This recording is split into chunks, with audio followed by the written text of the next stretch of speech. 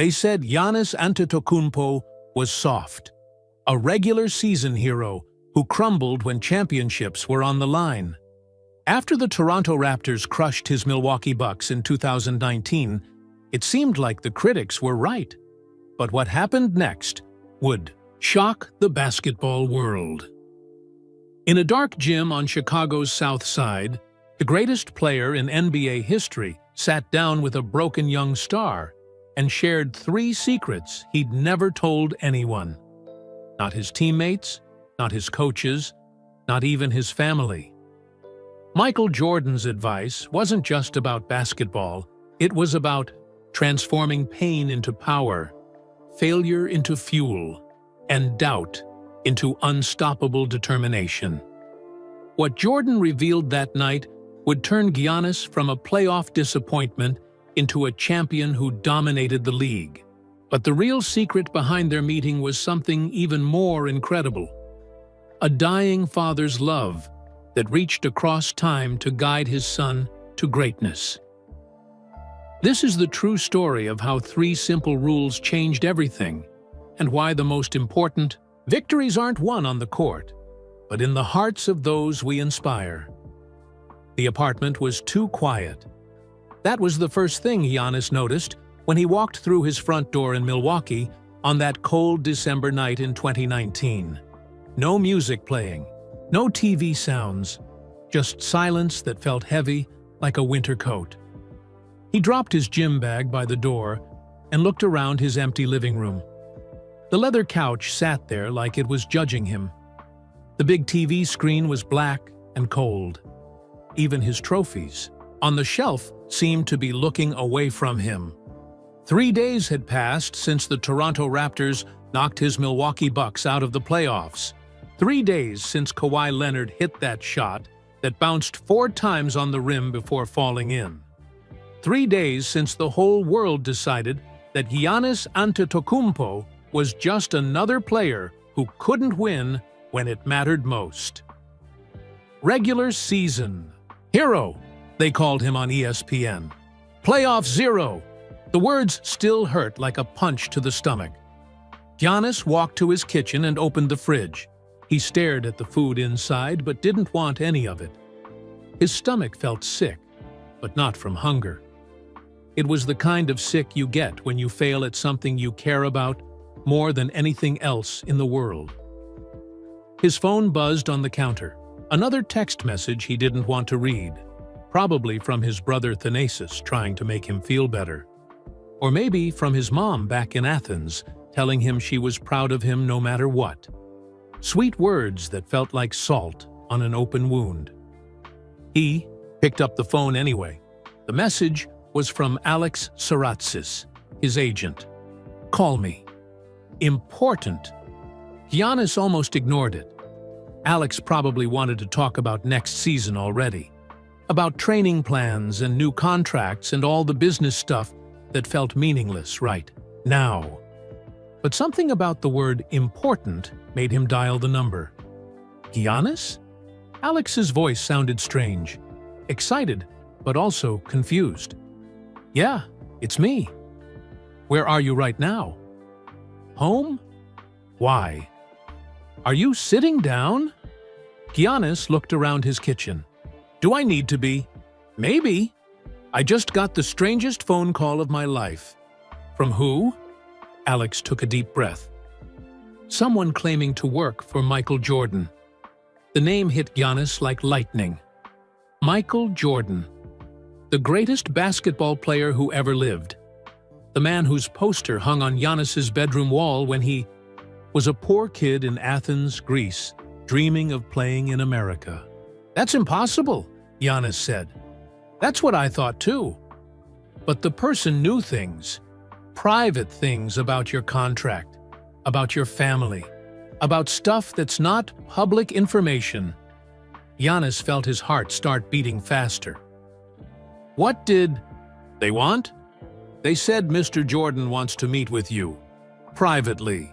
No cameras, no agents, no team officials. Just you and him. Why? They wouldn't say. Just that it was important. and it had to happen soon. Giannis started pacing around his kitchen. This had to be a joke, some cruel prank by someone who knew he was at his lowest point. Michael Jordan didn't just call random players for private meetings, especially not players who had just embarrassed themselves in the biggest games of their lives. "Alex, this sounds crazy." "I know it does, but what if it's real? Why would Michael Jordan want to meet me? I just lost in the worst way possible. I'm the guy everyone's calling soft. I'm the guy who can't win the big games. Maybe that's exactly why he wants to meet you." The words hung in the air like smoke. Giannis stopped pacing and stared out his kitchen window at the empty street below. Snow was starting to fall, tiny white flakes dancing in the streetlight. "Did they say when?" Giannis asked quietly. "Tomorrow night. Chicago. There's an old gym on the south side called Kenwood Academy. They said Jordan used to practice there when he was young." "Tomorrow? That's impossible. I can't just fly to Chicago for some mystery meeting that might not even be real. The person said they'd send a private jet. No publicity. No one would know except you and Jordan." Giannis felt dizzy. This was either the most amazing thing that had ever happened to him or the cruelest trick someone had ever played. After the worst week of his basketball life, someone was offering him a chance to meet his childhood hero. "What do you think I should do?" he asked Alex. "Honestly, I think you should go. What's the worst that could happen? If it's fake, you waste one night. If it's real, then Michael Jordan wants to talk to me for some reason I can't understand." "Exactly." Giannis looked at his reflection in the dark kitchen window. The face looking back at him was tired and sad. The face of someone who had let down his team, his city, and himself. What could Michael Jordan possibly want with a face like that? But then he remembered something his father had told him before. He died. "Giannis," Charles had said, "sometimes the most important opportunities come when you feel like you deserve them the least." "Okay," Giannis said into the phone. "Set it up." "Are you sure?" "No, but I'm going anyway." After he hung up, Giannis sat on his couch and stared at the ceiling. Tomorrow night, he would either meet the greatest basketball player in history or discover that someone had played a terrible joke on him when he was already down. Either way, sitting in his quiet apartment, feeling sorry for himself, wasn't going to change anything. At least in Chicago, something would happen. Good or bad, at least it would be something. His phone buzzed again. This time it was a text from an unknown number. "Kenwood Academy, 8 p.m. Come alone. Wear basketball shoes. A friend." Giannis stared at the message until his eyes hurt. Then he set his phone down and went to his bedroom to pack a bag. He didn't sleep much that night. Every time he closed his eyes, he saw Kawhi Leonard's shot bouncing on the rim. 4-bond fee bounces in and out, in and out, in and out, and then in. But tomorrow night, maybe something different would happen. Something that would make those 4 bounces feel like ancient history. He didn't know it yet, but that phone call would change everything. Not just his basketball career, but his entire life. Not just how he played the game, but how he thought about winning and losing and what it really meant to be great.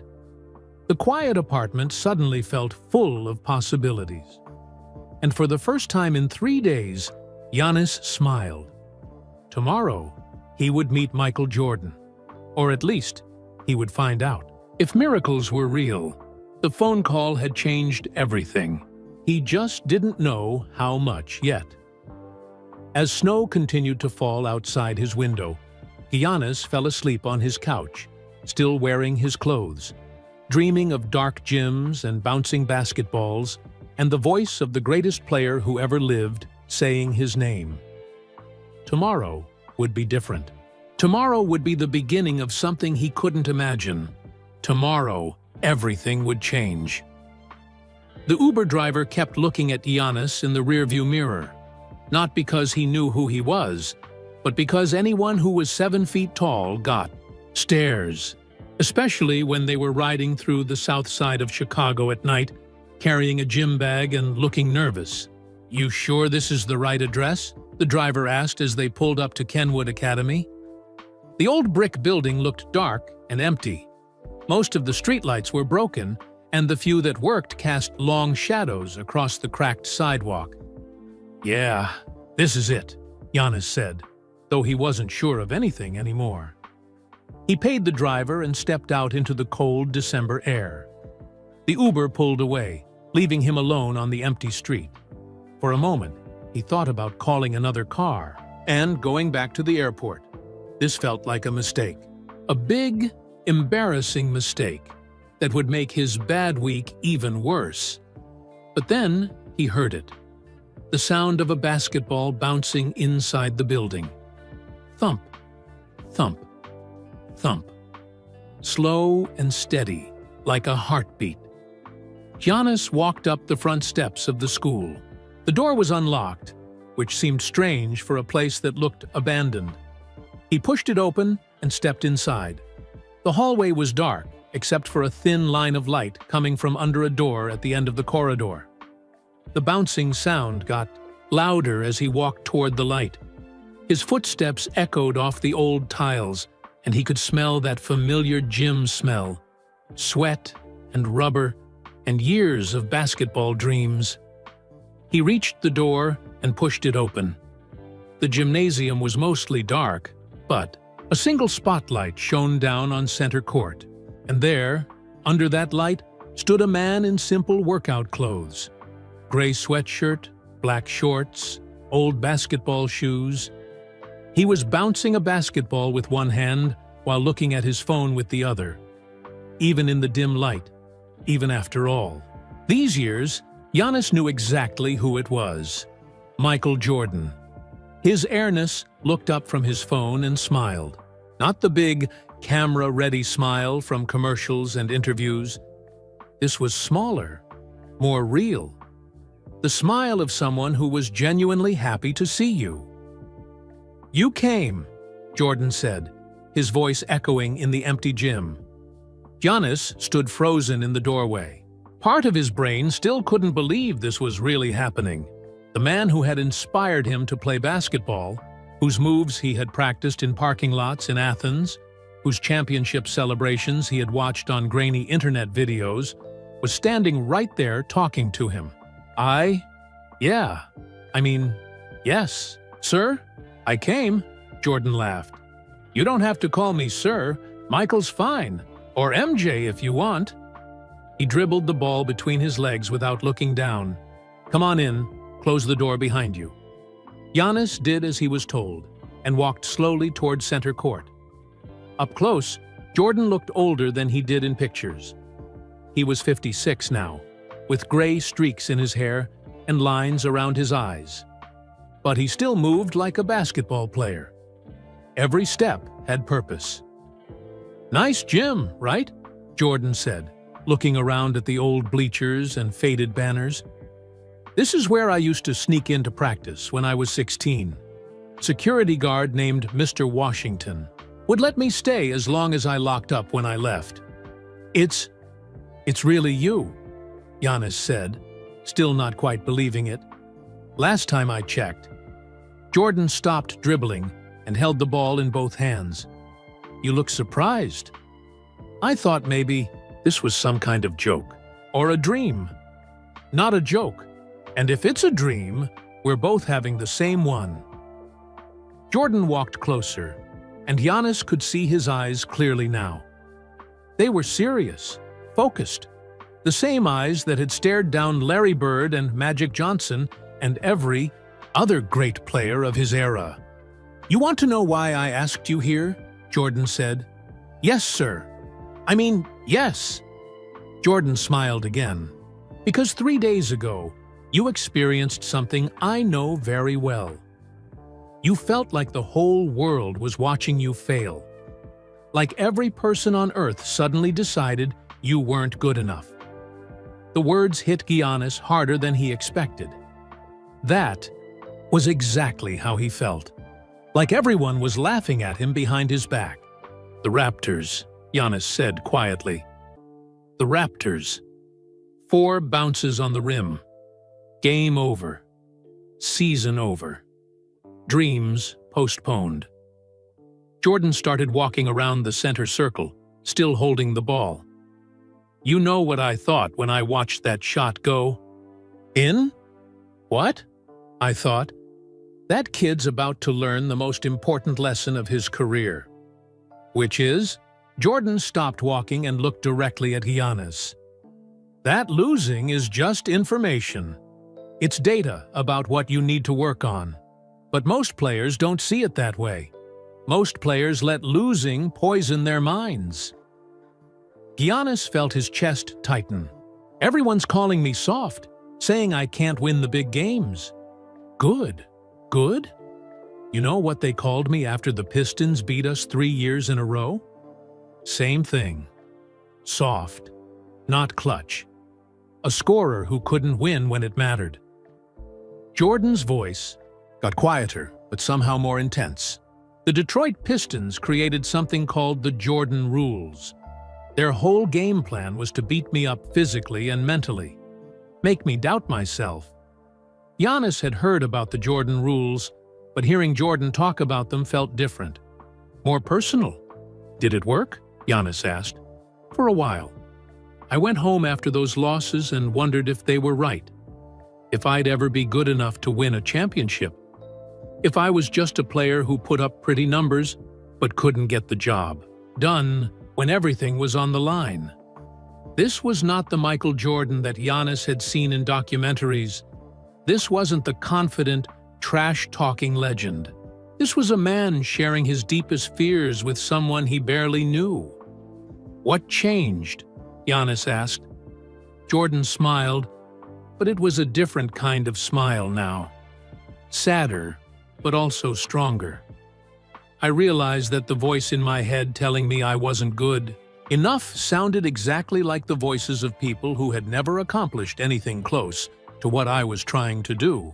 So I stopped listening to them and started listening to something else." "What?" "The sound of my own heartbeat when everything was on the line. The feeling in my chest when I knew my team needed me most. The part of me that had been fighting to prove people wrong since I got cut from my high school basketball team." Jordan bounced the ball once, hard. The sound echoed through the empty gym like a gunshot.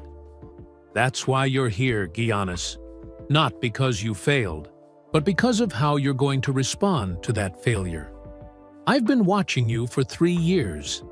I see something in you that reminds me of myself at your age." "What do you see?" "Hunger.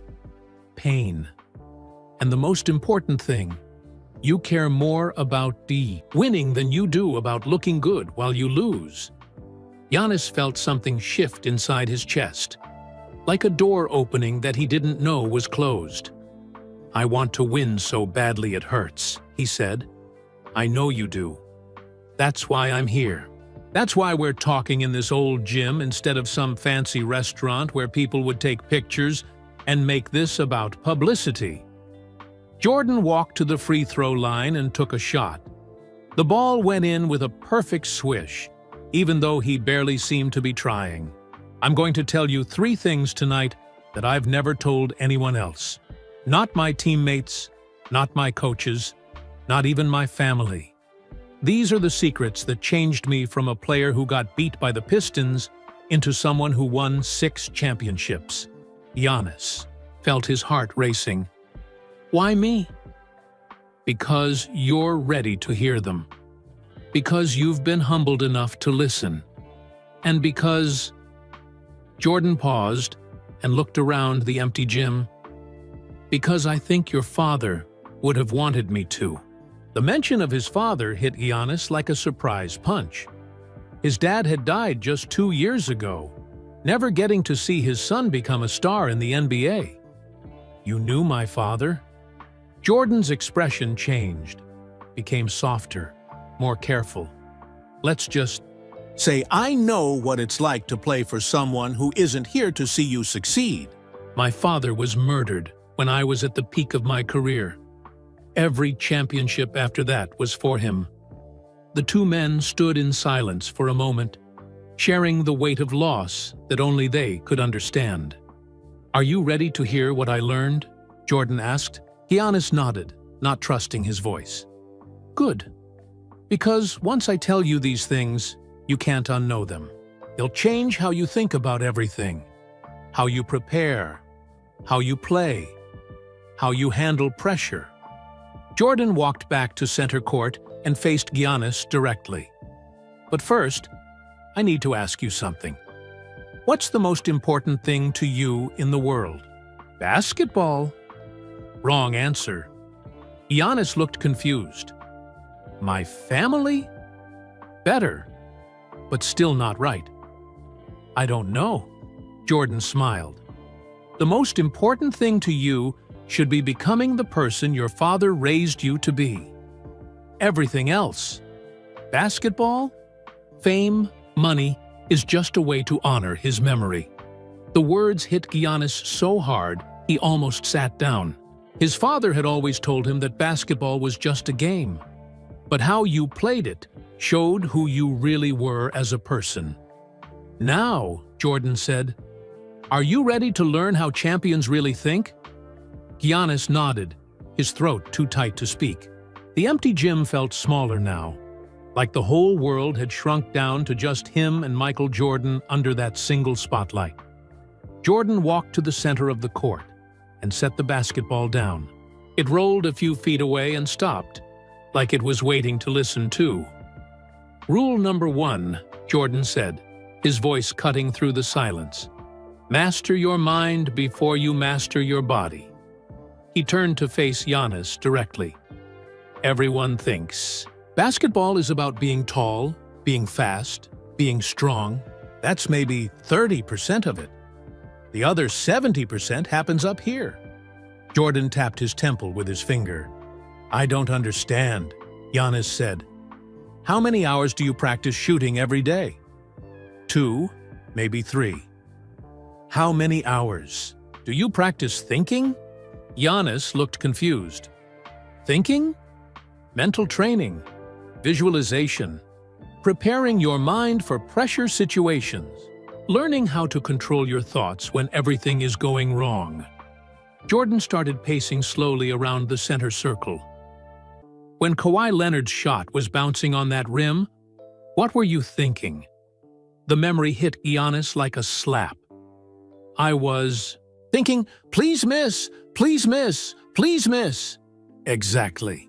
You were hoping something would happen instead of preparing for what might happen. Champions don't hope. They prepare. Jordan stopped pacing and looked at Giannis. If I could go back to that moment, do you know what I would have been thinking? What? I would have been seeing myself getting the rebound if it missed. I would have been planning my next move before the ball even stopped bouncing. I would have been ready for any outcome because I had already lived through all of them in my mind. The words hit Giannis like lightning. He had never thought about basketball that way before. Every night before a big game, Jordan continued, I would lie in bed and play the entire game in my head. Not just the good parts. I would imagine missing shots, making mistakes, falling behind by 20 points. Then, I would imagine how I would respond to each situation. That sounds exhausting. It was. But when those situations actually happened, in real games, my mind was ready. I had already been there before. I knew exactly what to do because I had practiced it in my thoughts. Jordan picked up the basketball and held it in both hands. Physical practice teaches your muscles what to do. Mental practice teaches your mind how to stay calm when your muscles want to panic. How do I learn that?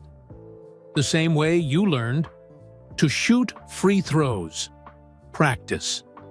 Every day, spend time visualizing pressure situations. See yourself making the big shot, but also see yourself missing it and still finding a way to win. Train your mind to be ready for anything. Jordan set the ball down again and walked closer to Giannis. Rule number 2. Find your championship switch. What's a championship switch? It's the thing that transforms you from a good player into a killer. Every great champion has one. It's something so personal, so powerful, that when you access it in crucial moments, you become unstoppable. Giannis leaned forward. This sounded like magic. What was yours? Jordan's expression changed, became harder, more focused. The day I got cut from my high school basketball team, the coach said I wasn't good enough, wasn't tall enough, wasn't strong enough. He put up the list of players who made the team, and my name wasn't on it. How did that help you? Every time I stepped on a basketball court after that, especially in big moments, I could still see that coach's face. I could still feel the embarrassment of walking out of that gym knowing I wasn't good enough. And I would think, never again. No one will ever tell me I'm not good enough again. Jordan's voice got quieter but somehow more intense. That feeling, that memory, was my championship switch. When the game was on the line and I needed to be great, I would flip that switch and become the kid who got cut, the kid who had something to prove. So I need to find my own switch? Need to find the thing that hurts you most. The thing that makes you angry in a good way. The thing that reminds you why you can never give up. Giannis thought about his own pain. Growing up poor in Athens. Sleeping 3 boys to a bed. Selling trinkets on the street to help his family eat. The fear that no matter how good he got at basketball, it might never be enough to take care of the people he loved. I think I know what mine is, he said softly. Good. But don't tell me what it is. That's between you and the basketball gods. Keep it private. Keep it sacred. And when you need it most, flip that switch and let it transform you. Jordan walked to the free throw line and took another shot. Swish. Perfect form, like he had been doing it for 40 years. Rule number 3, Jordan said as he retrieved the ball. Never let them see you break. What does that mean? It means that champions aren't people who never feel fear or doubt. Champions are people who feel those things and do what needs to be done anyway. Jordan dribbled the ball slowly between his legs. You know about my flu game, right? Game 5. Of the 1997 finals against Utah? Of course. You were sick, but still scored 38 points. Everyone calls it the flu game, but I wasn't sick with the flu. Giannis looked surprised. What? I had food poisoning. Someone had put something in my pizza the night before. I was throwing up every 20 minutes. I couldn't keep water down. The team doctors wanted me to stay in the hotel. But you played anyway. I played, but not because I was some superhero who didn't feel pain. I felt terrible. Worse than terrible. There were moments during the game when I thought I might pass out on the court. Then why did you do it? Jordan stopped dribbling and looked at Giannis with those intense eyes. Because my teammates needed me. Because my city needed me. Because sometimes being great means doing the impossible when you feel like doing nothing at all.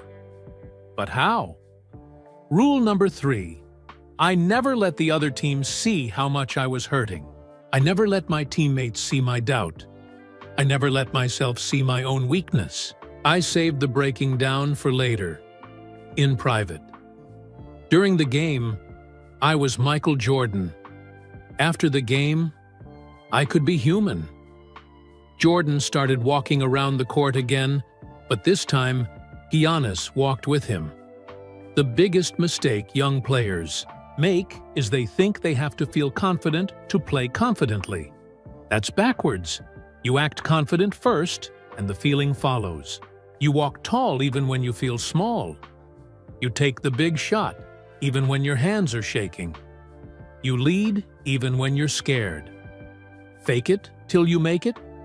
No. Live it till you become it. There's a difference.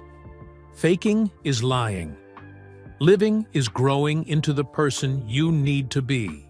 They walked in silence for a moment, their footsteps echoing in the empty gym. Giannis felt like his brain was trying to process 3 years' worth of information in 30 minutes. Those are the 3 rules, Jordan said finally. Master your mind. Find your switch. Never let them see you break. Every championship I won, every big shot I made, every time I came through in the clutch, it was because of those 3 things. And you've never told anyone else? Never. My coaches knew parts of it. My teammates saw the results. But the complete system? You're the first person I've ever shared it with. Giannis felt the weight of that trust. Why me? Jordan stopped, walking and turned to face him. Because I see myself in you. Not the successful me that everyone remembers. The me that got beat by Detroit. The me that cried in private after losing. The me that wondered if I'd ever be good enough. And you think I can be? I think you can be better than me. But only if you're willing to do the work that nobody sees. The mental work, the emotional work, the work of becoming a champion from the inside out. Jordan picked up the basketball one more time and held it out to Giannis. Take a shot. What? Right here, right now. Take a shot from the free throw line. Giannis took the ball and walked to the line. It felt different in his hands now, heavier somehow, like it carried the weight of everything Jordan had just told him. He went through his normal routine. 3 dribbles. Deep breath. Focus on the rim. Stop, Jordan said. Giannis looked up, confused. You're doing exactly what you always do. Going through the motions. Not thinking, not visualizing, not using your switch, not controlling the moment. Jordan walked over and stood next to him. Try it again. But this time, before you shoot, I want you to see the ball going in. Really see it. Then I want you to think about whatever your championship switch is. Feel that fire in your chest. Then shoot like you're Michael Jordan, who never lets anyone see him break. Giannis took a deep breath and started over. This time, he closed his eyes and saw the ball swishing through the net before he even started his shooting motion. He thought about his family, about the fear of not being good enough to take care of them. He felt that familiar fire start burning in his chest. When he opened his eyes, everything looked different, clearer, more focused. He shot the ball with perfect form. It arced high through the air and dropped through the net without touching the rim. The sound of the swish echoed through the empty gym like applause. Jordan smiled. Spoo! That's the difference between a good player and a champion. A good player shoots the ball. A champion makes the shot before he takes it. Giannis felt something changing inside him. Like a door had opened in his mind that he didn't know existed. This is just the beginning, Jordan said. But there's something else. Something I've never told anyone.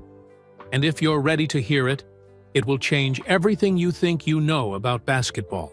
He walked toward the center of the court and turned back to face Giannis. Are you ready for the real secret? Giannis felt his heart pounding so hard he was sure Jordan could hear it across the gym.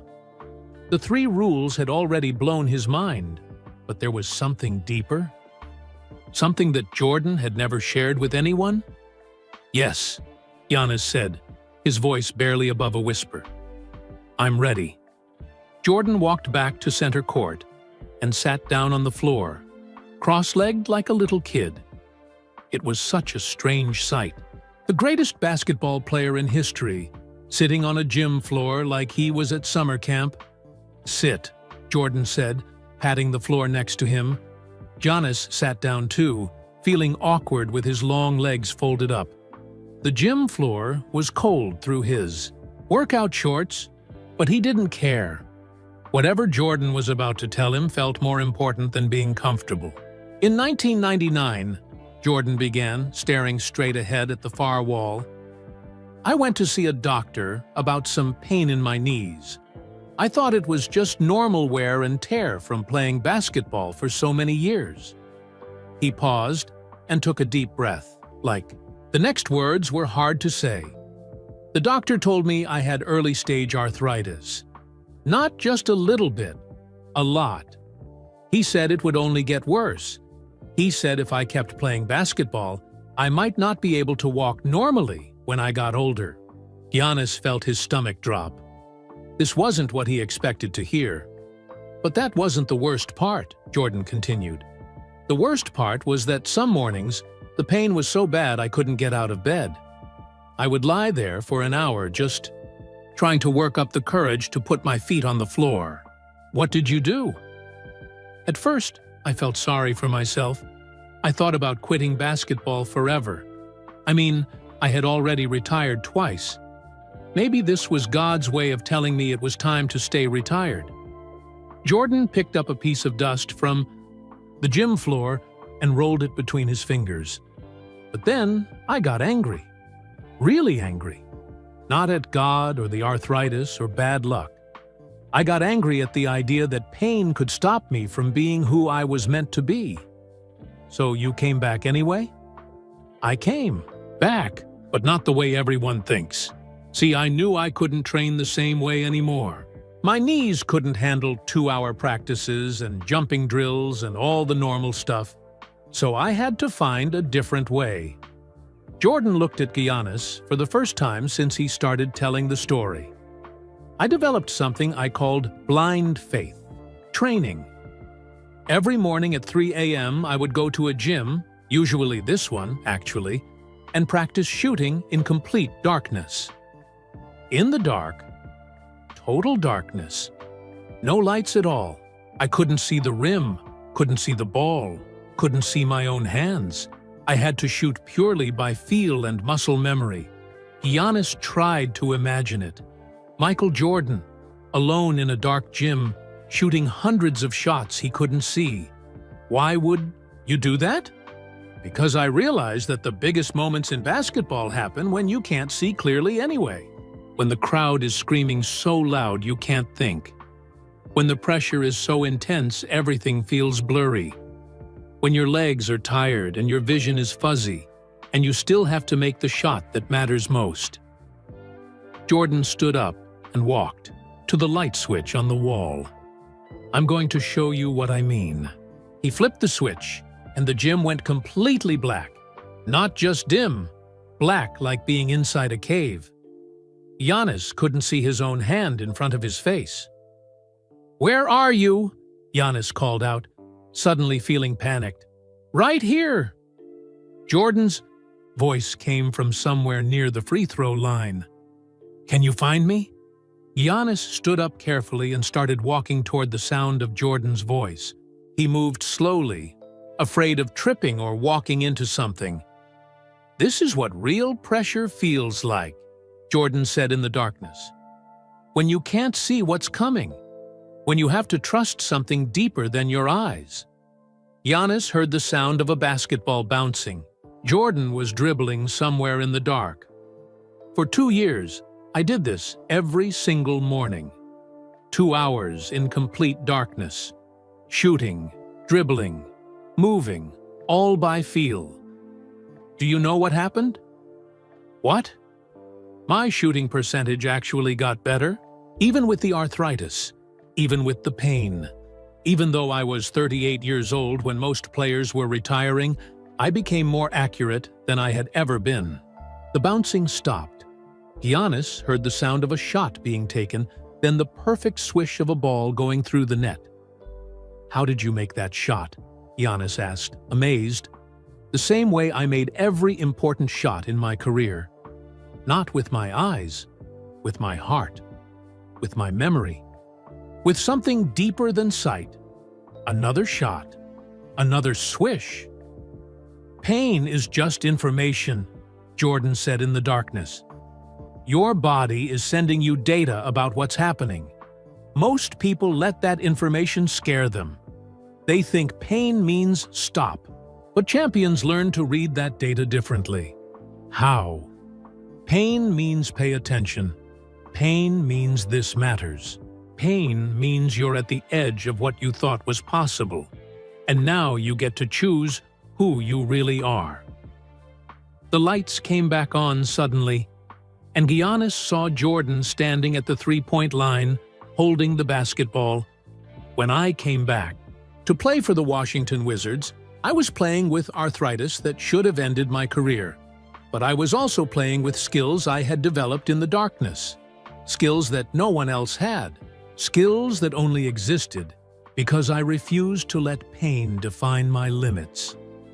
Jordan walked back to where Giannis was standing. That's the real secret. Not just learning to play through pain, but learning to use pain as a teacher. Every time your body hurts, every time your heart breaks, every time you fail, that's not the end of your story. That's information about what you need to work on. Giannis thought about his own pain, the embarrassment of losing to Toronto, the fear that he might never be good enough, the arthritis in his own knees that had started bothering him this season. "So when you feel pain," Jordan continued, "don't ask why me. Ask what now. Don't ask, how do I make it stop? Ask, how do I use this to get better?" Is that how you won those last championships? Every single one. The pain in my knees reminded me that I didn't have unlimited time. That made every game more precious. The arthritis forced me to develop better shooting technique. That made me more accurate. The knowledge that my body was breaking down made me work harder on the mental part of the game. Jordan sat back down on the floor, and Giannis joined him.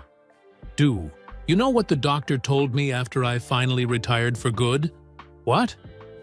"He said my arthritis hadn't gotten worse. In some ways, it had gotten better. All that movement, all that training, all that refusal to give up, it had actually helped my joints stay healthier longer. So the thing that was supposed to end your career actually extended it?" Exactly. The obstacle became the path. The weakness became the strength. The pain became the teacher. They sat in silence for a moment, both lost in their own thoughts.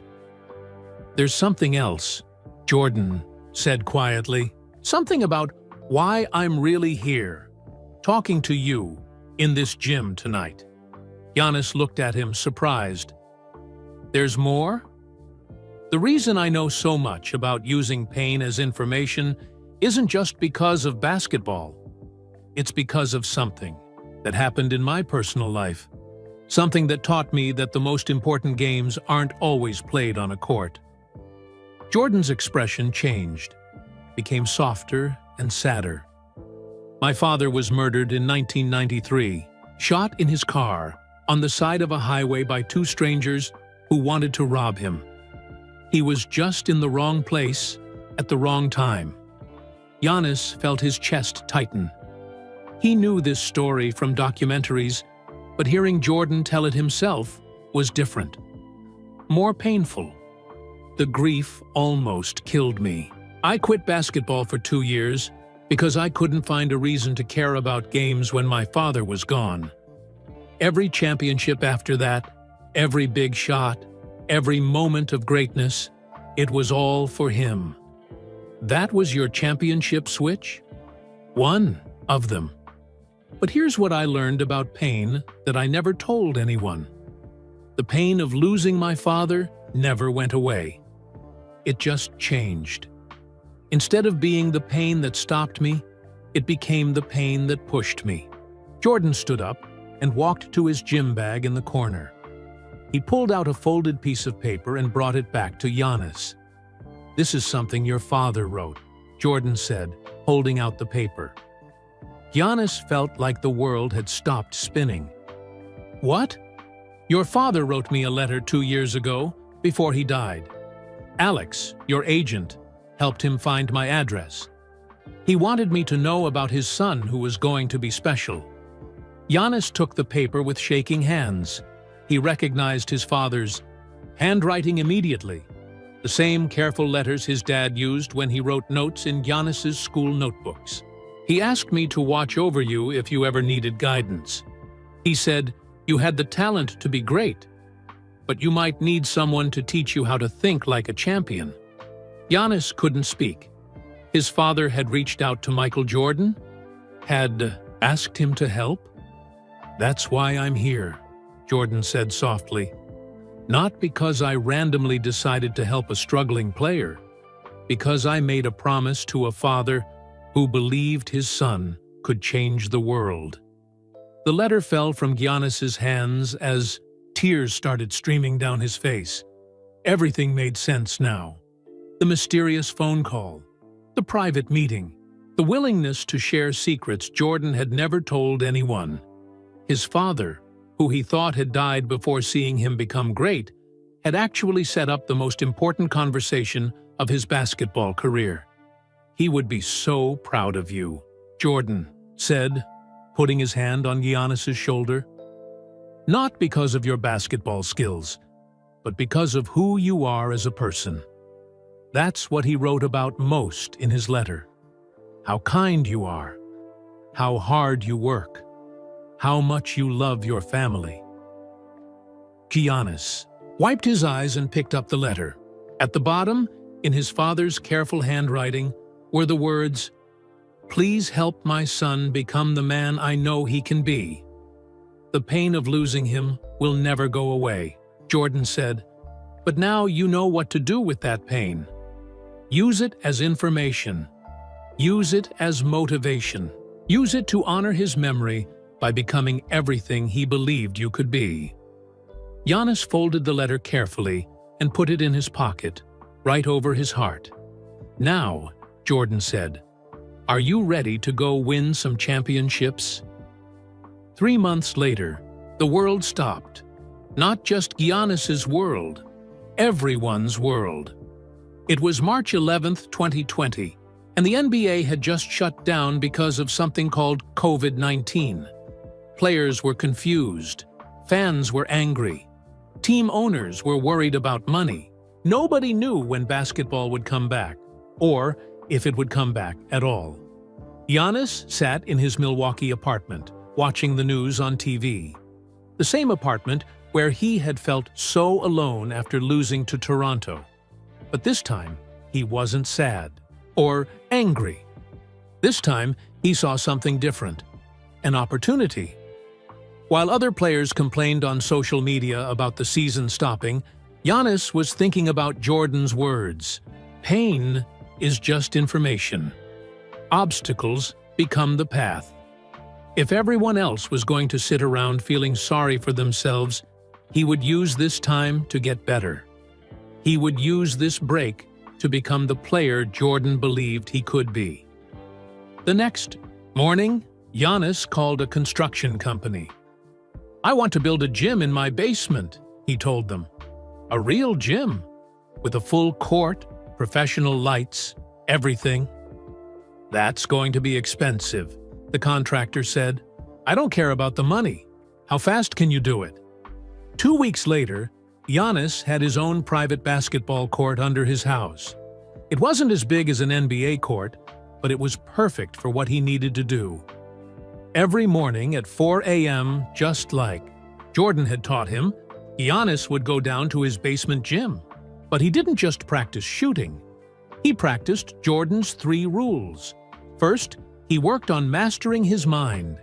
He would lie on the gym floor with his eyes closed and visualize game situations, but not just the good ones. He imagined missing big shots, falling behind in important games, getting fouled hard by opponents. Then he would practice staying calm and finding solutions.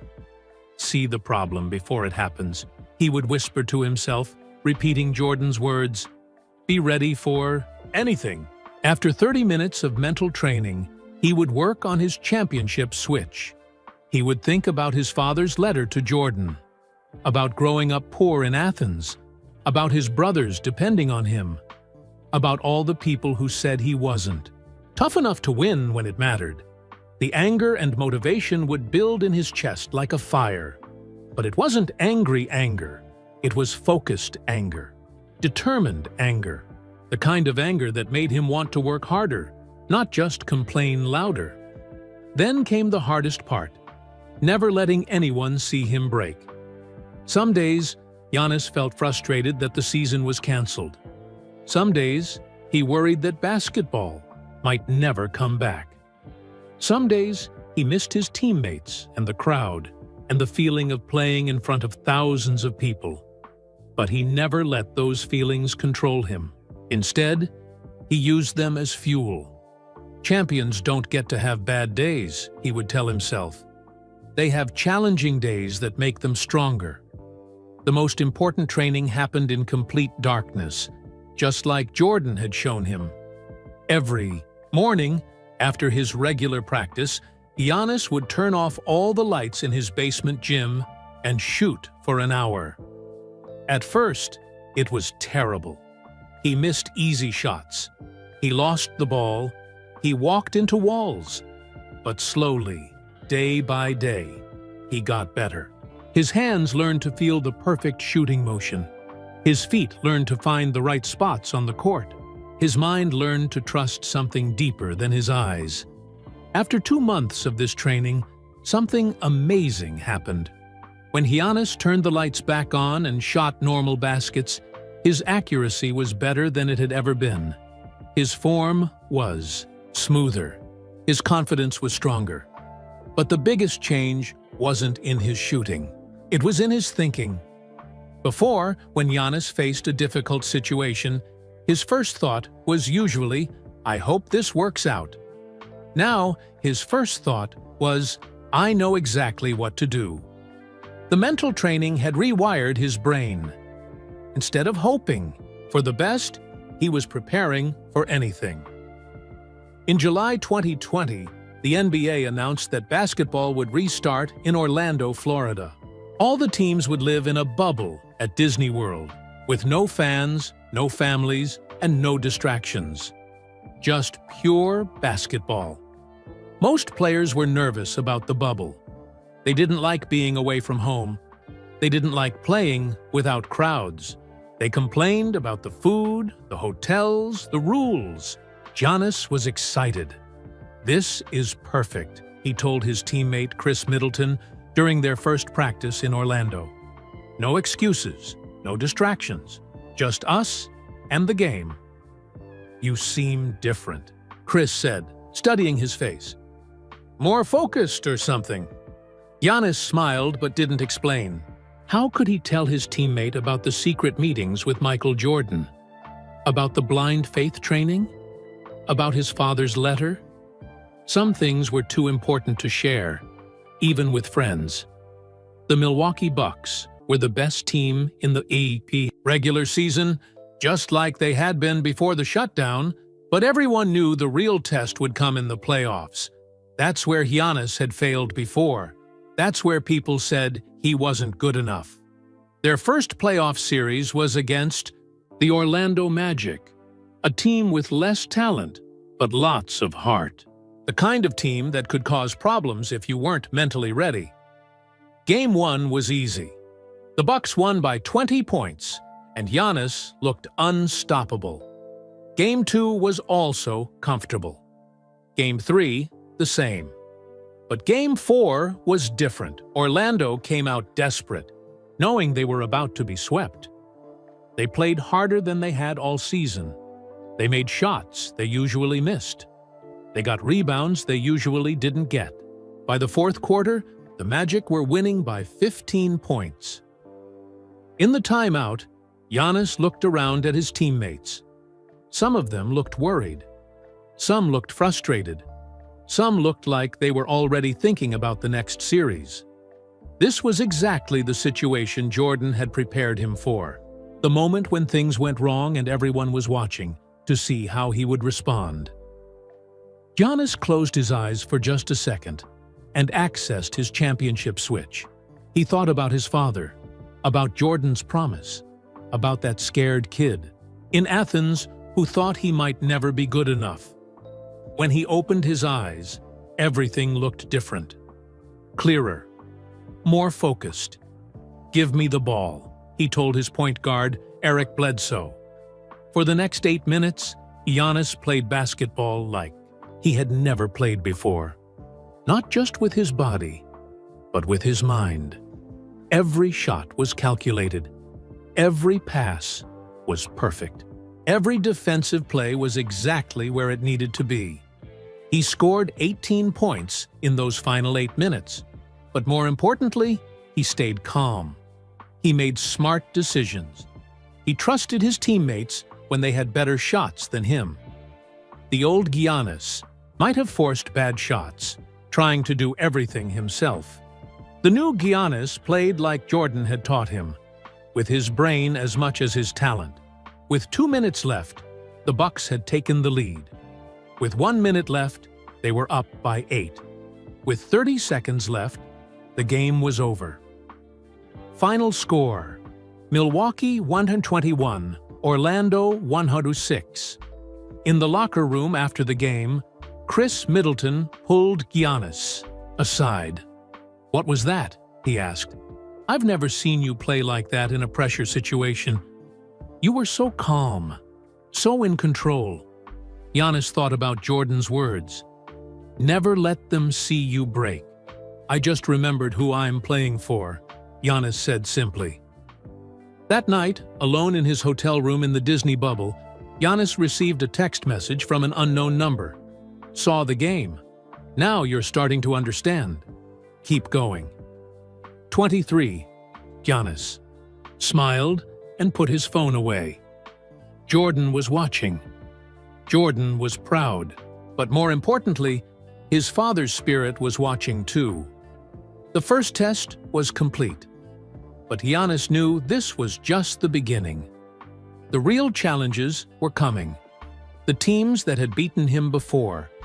The pressure that had broken him in the past. But now he had weapons he didn't have before. Mental weapons. Emotional weapons. The kind of weapons that champions used when everything was on the line. He was ready for whatever came next. The scared kid from Athens was gone. In his place was someone new, someone who had learned the secrets of greatness from the greatest player who ever lived. Someone who was finally ready to become a champion. The Orlando Magic series ended exactly how everyone expected. Milwaukee won 4-1, but something had changed. During that fourth game comeback, something that Giannis's teammates, coaches, and even the media noticed. "He's different," ESPN analyst Stephen A. Smith said on TV the next morning.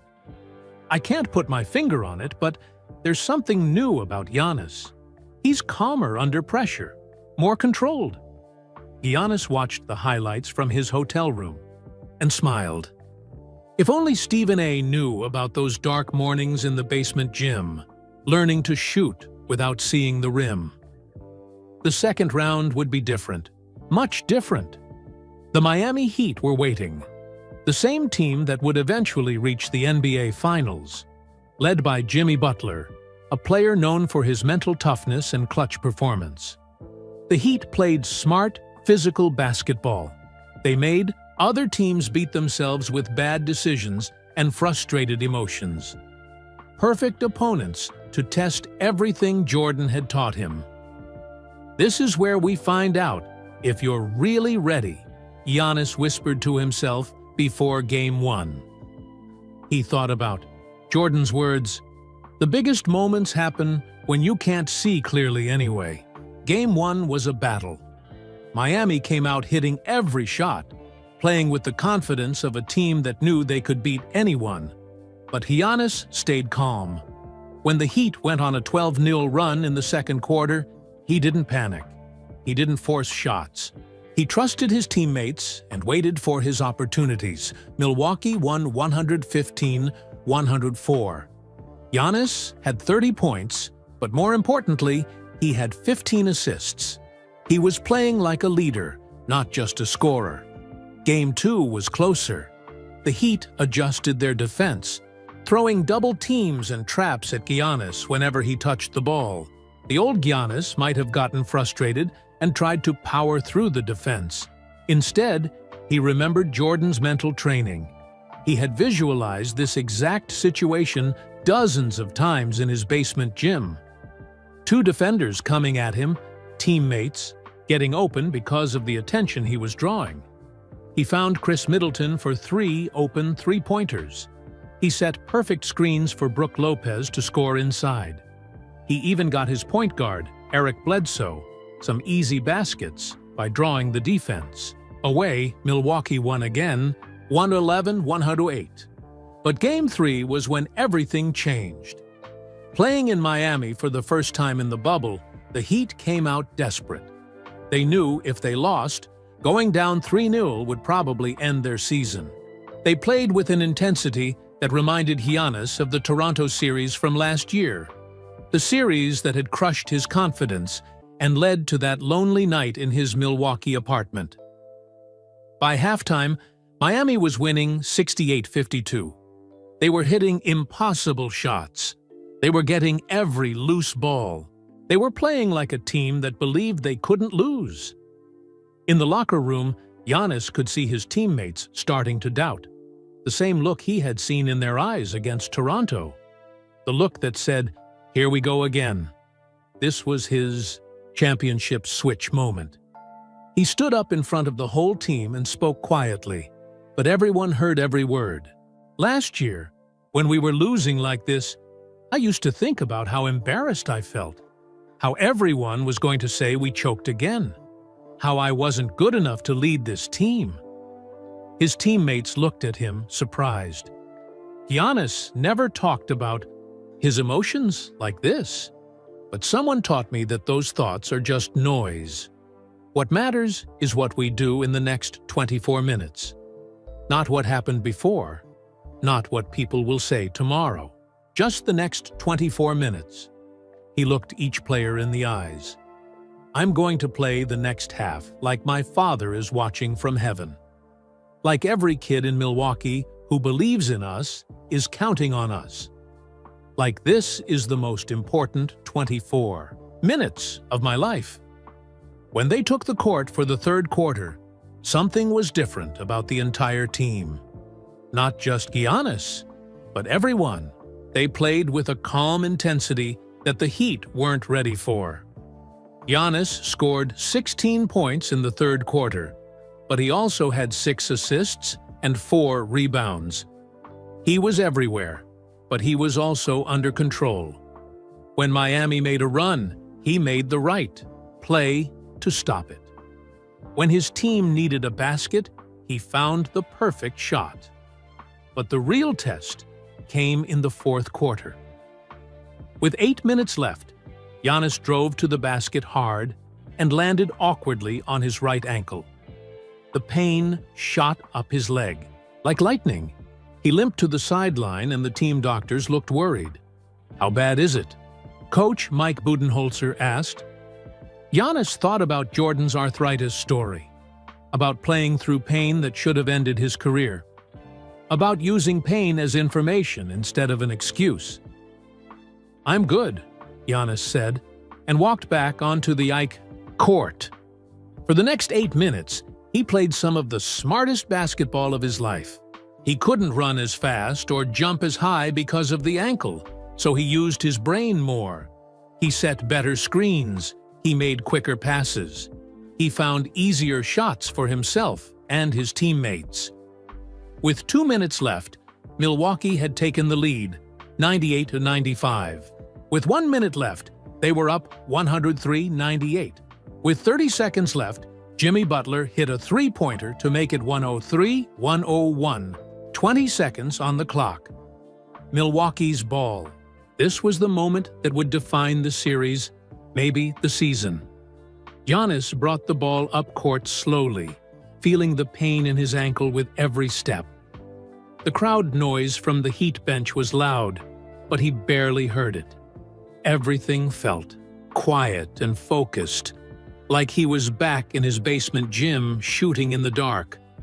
He could see the double team coming before the defenders even moved. He could feel where his teammates were without looking.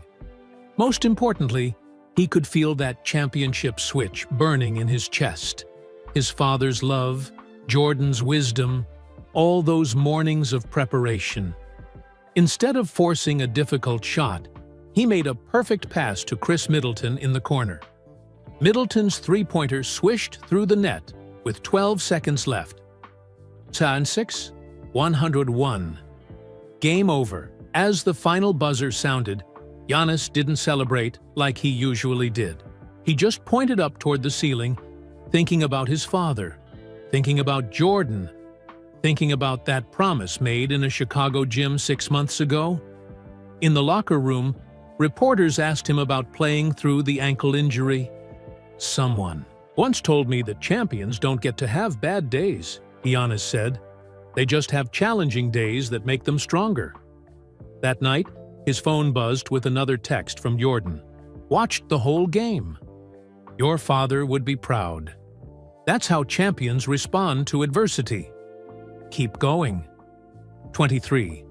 But the best message came from an unexpected source. His brother Thanasis, who was also on the team, pulled him aside after dinner. "I don't know what happened to you during the break," Thanasis said, "but you're not the same player who lost to Toronto. You're not even the same person. You're calmer, stronger, more confident. I just learned how to think differently," Giannis said. "Well, keep thinking that way, because I've never seen you play like that under pressure. When your ankle got hurt and we needed you most, you found a way to make everyone better. That's what great players do." As Giannis went to sleep that night, he realized something important. The wall that had stopped him for so many years, the mental barrier that made him panic in big moments, was finally broken. He wasn't just playing basketball anymore. He was playing with purpose, with clarity, with the kind of mental strength that only came from learning how to use pain as fuel instead of letting it become fear. The scared kid from Athens was completely gone now. In his place was someone who had learned the deepest secrets of greatness from the greatest player who ever lived. Someone who was ready for whatever came next. The Miami Heat series would go 6 games, but Giannis already knew how it would end. Not because winning was guaranteed, but because he was finally ready to do whatever it took to win. The championship wasn't just a dream anymore, it was a plan. And now he had all the tools he needed to make it happen. The Milwaukee Bucks won the Miami Heat series 4-2, but those 2 losses taught Giannis more than all the victories combined. Each time Miami fought back, each time Jimmy Butler made an impossible shot, each time the pressure got heavier, Giannis learned something new about his own mind. Now came the ultimate test, the Eastern Conference Finals. The Boston Celtics were waiting, a team built on basketball intelligence and mental toughness. Jason Tatum and Jaylen Brown were young, hungry players who reminded everyone of a younger Michael Jordan. Smooth, confident, and absolutely fearless in big moments. "This is it," Giannis told himself before Game 1. "This is what Jordan was preparing me for." The series started exactly like Jordan had taught him to visualize, with problems. Game 1, Boston won 112-96. Tatum scored 30 points and made it look easy. The Celtics moved the ball perfectly, got every loose rebound, and played like a team that knew they belonged in the finals. After the game, reporters asked Giannis if he was worried about falling behind 1-0. "No," he said simply. "This is just information. We learned what we need to work on. The old Giannis might have gotten angry after a loss like that. He might have complained about the referees or his teammates or bad luck. But Jordan's voice was clear in his head. Pain is just information. Use it to get better. Game 2. Milwaukee fought back and won 125-112. Giannis had 38 points and 11 rebounds, but more importantly, he stayed calm when Boston made their runs. When the Celtics went on a 10-0 streak in the third quarter, he didn't panic. He called timeout, gathered his teammates, and made adjustments. That's what leaders do, he thought. They solve problems instead of creating them. Game 3. Boston won again, 101-97. A close, grinding game that came down to the final minute. Jaylen Brown hit a three-pointer with 40 seconds left. It felt like a dagger to the heart. But as Giannis walked off the court, he wasn't devastated, like he would have been a year ago. Instead, he was analyzing. What had worked? What hadn't? What could they do better in Game 4? Game 4. Milwaukee won 113-101. Giannis scored 35 points, but the real victory was how he handled the fourth quarter. When Boston cut the lead to 3 points with 5 minutes left, Giannis accessed his championship switch. He thought about his father's letter to Jordan, about all those mornings training in the dark, about the promise he had made to himself in that Chicago gym. The fire burned in his chest, but it was controlled fire, focused fire. He scored 12 points in the final 5 minutes, but he also got 4 assists. He was playing like Jordan had taught him, with his brain as much as his talent.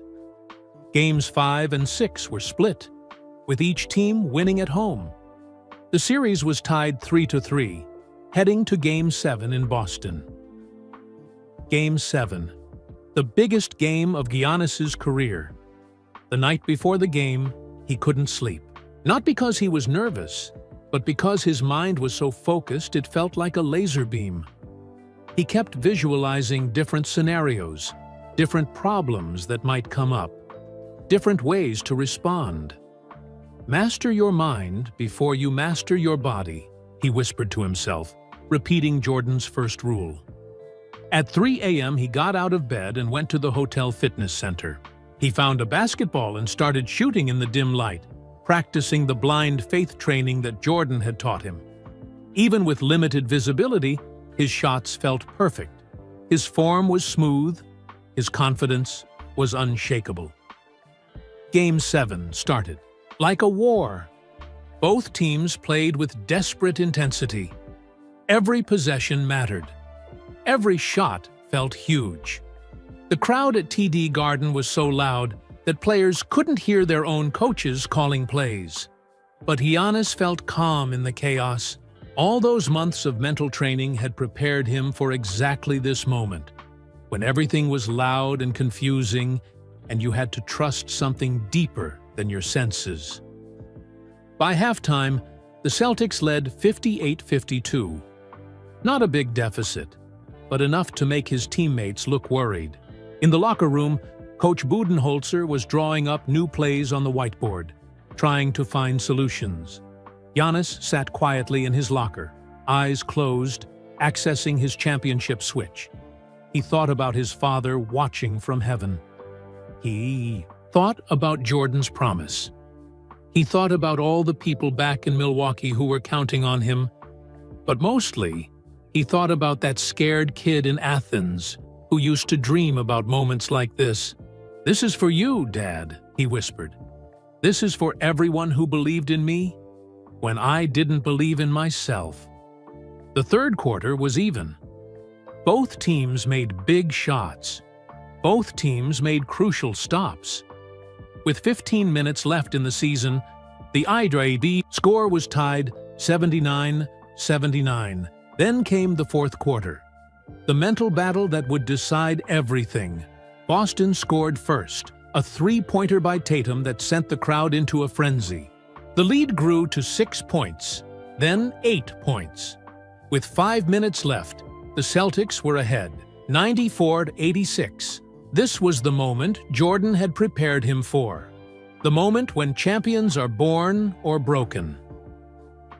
Giannis called timeout and gathered his teammates in a circle. "Look at me," he said calmly. "We're exactly where we're supposed to be. This is what champions do.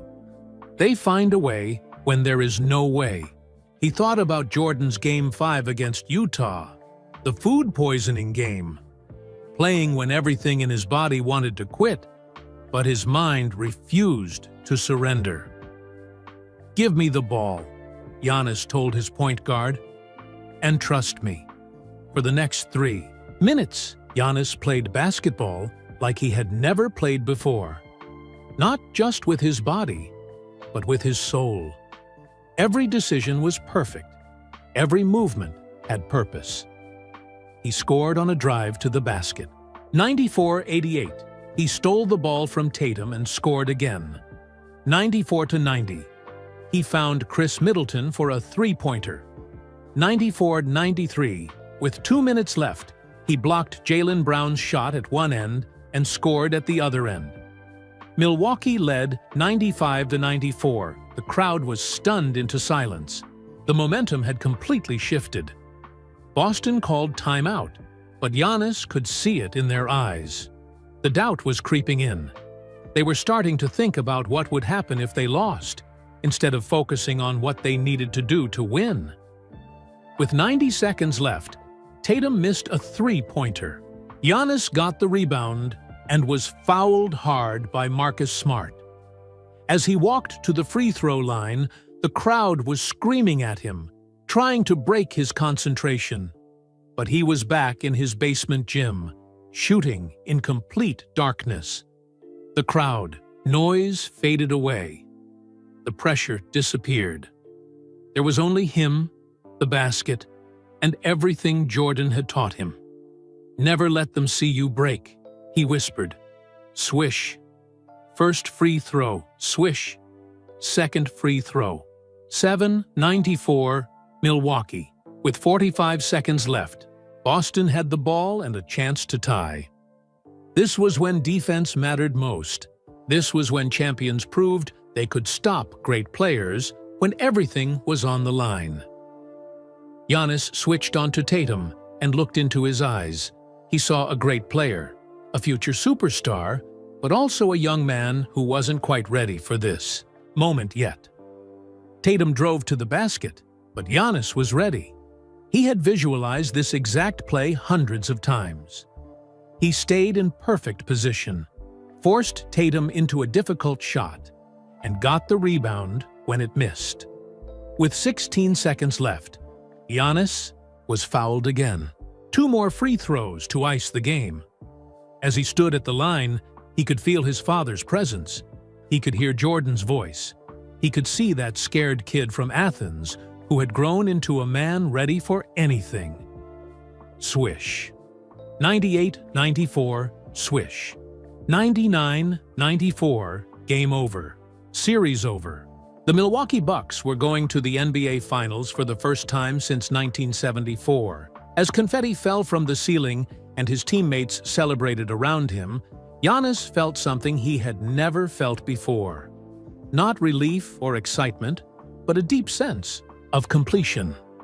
Like he had finally become the person he was always meant to be. In the interview after the game, a reporter asked him what had changed in the fourth quarter. "I remembered who I was playing for," Giannis said. "And I remembered that champions don't get to make excuses. They just find a way to win." That night, his phone rang. It was Jordan. "Congratulations," Jordan said. "You just passed the biggest test of your career. But you know what? What? The finals will be even harder. Are you ready?" Giannis looked around his hotel room at his teammates celebrating. At the Eastern Conference Championship trophy sitting on the table. At the reflection of a champion staring back at him from the mirror. "Yes," he said, "I'm ready for anything." And for the first time in his life, he really meant it. The NBA Finals, the biggest stage in basketball, the place where legends are born and dreams either come true or die forever. The Phoenix Suns were waiting for Milwaukee in the finals, led by Chris Paul, one of the smartest players in NBA history, and Devin Booker, a young scorer who could get hot at any moment. This was a Suns team that had been patient, that had built their chemistry over years, and that believed this was their time. Giannis knew the story everyone would tell. The Suns had more experience. Chris Paul was a better leader. Phoenix had been here before, even if it was a long time ago. Milwaukee was just happy to be in the finals. But sitting in his hotel room in Phoenix before Game 1, Giannis felt something different than what the experts expected. He didn't feel nervous or overwhelmed. He felt ready. "This is what we trained for," he said to himself, thinking about all those dark mornings in his basement gym. "This is why Jordan taught me those rules." Game 1 was a statement game for Phoenix. They came out confident and sharp, moving the ball perfectly and hitting every shot they needed. Chris Paul looked like a conductor leading an orchestra, setting up his teammates for easy baskets and controlling the tempo of the game. The Suns won 118-105, and after the game, the media asked all the familiar questions.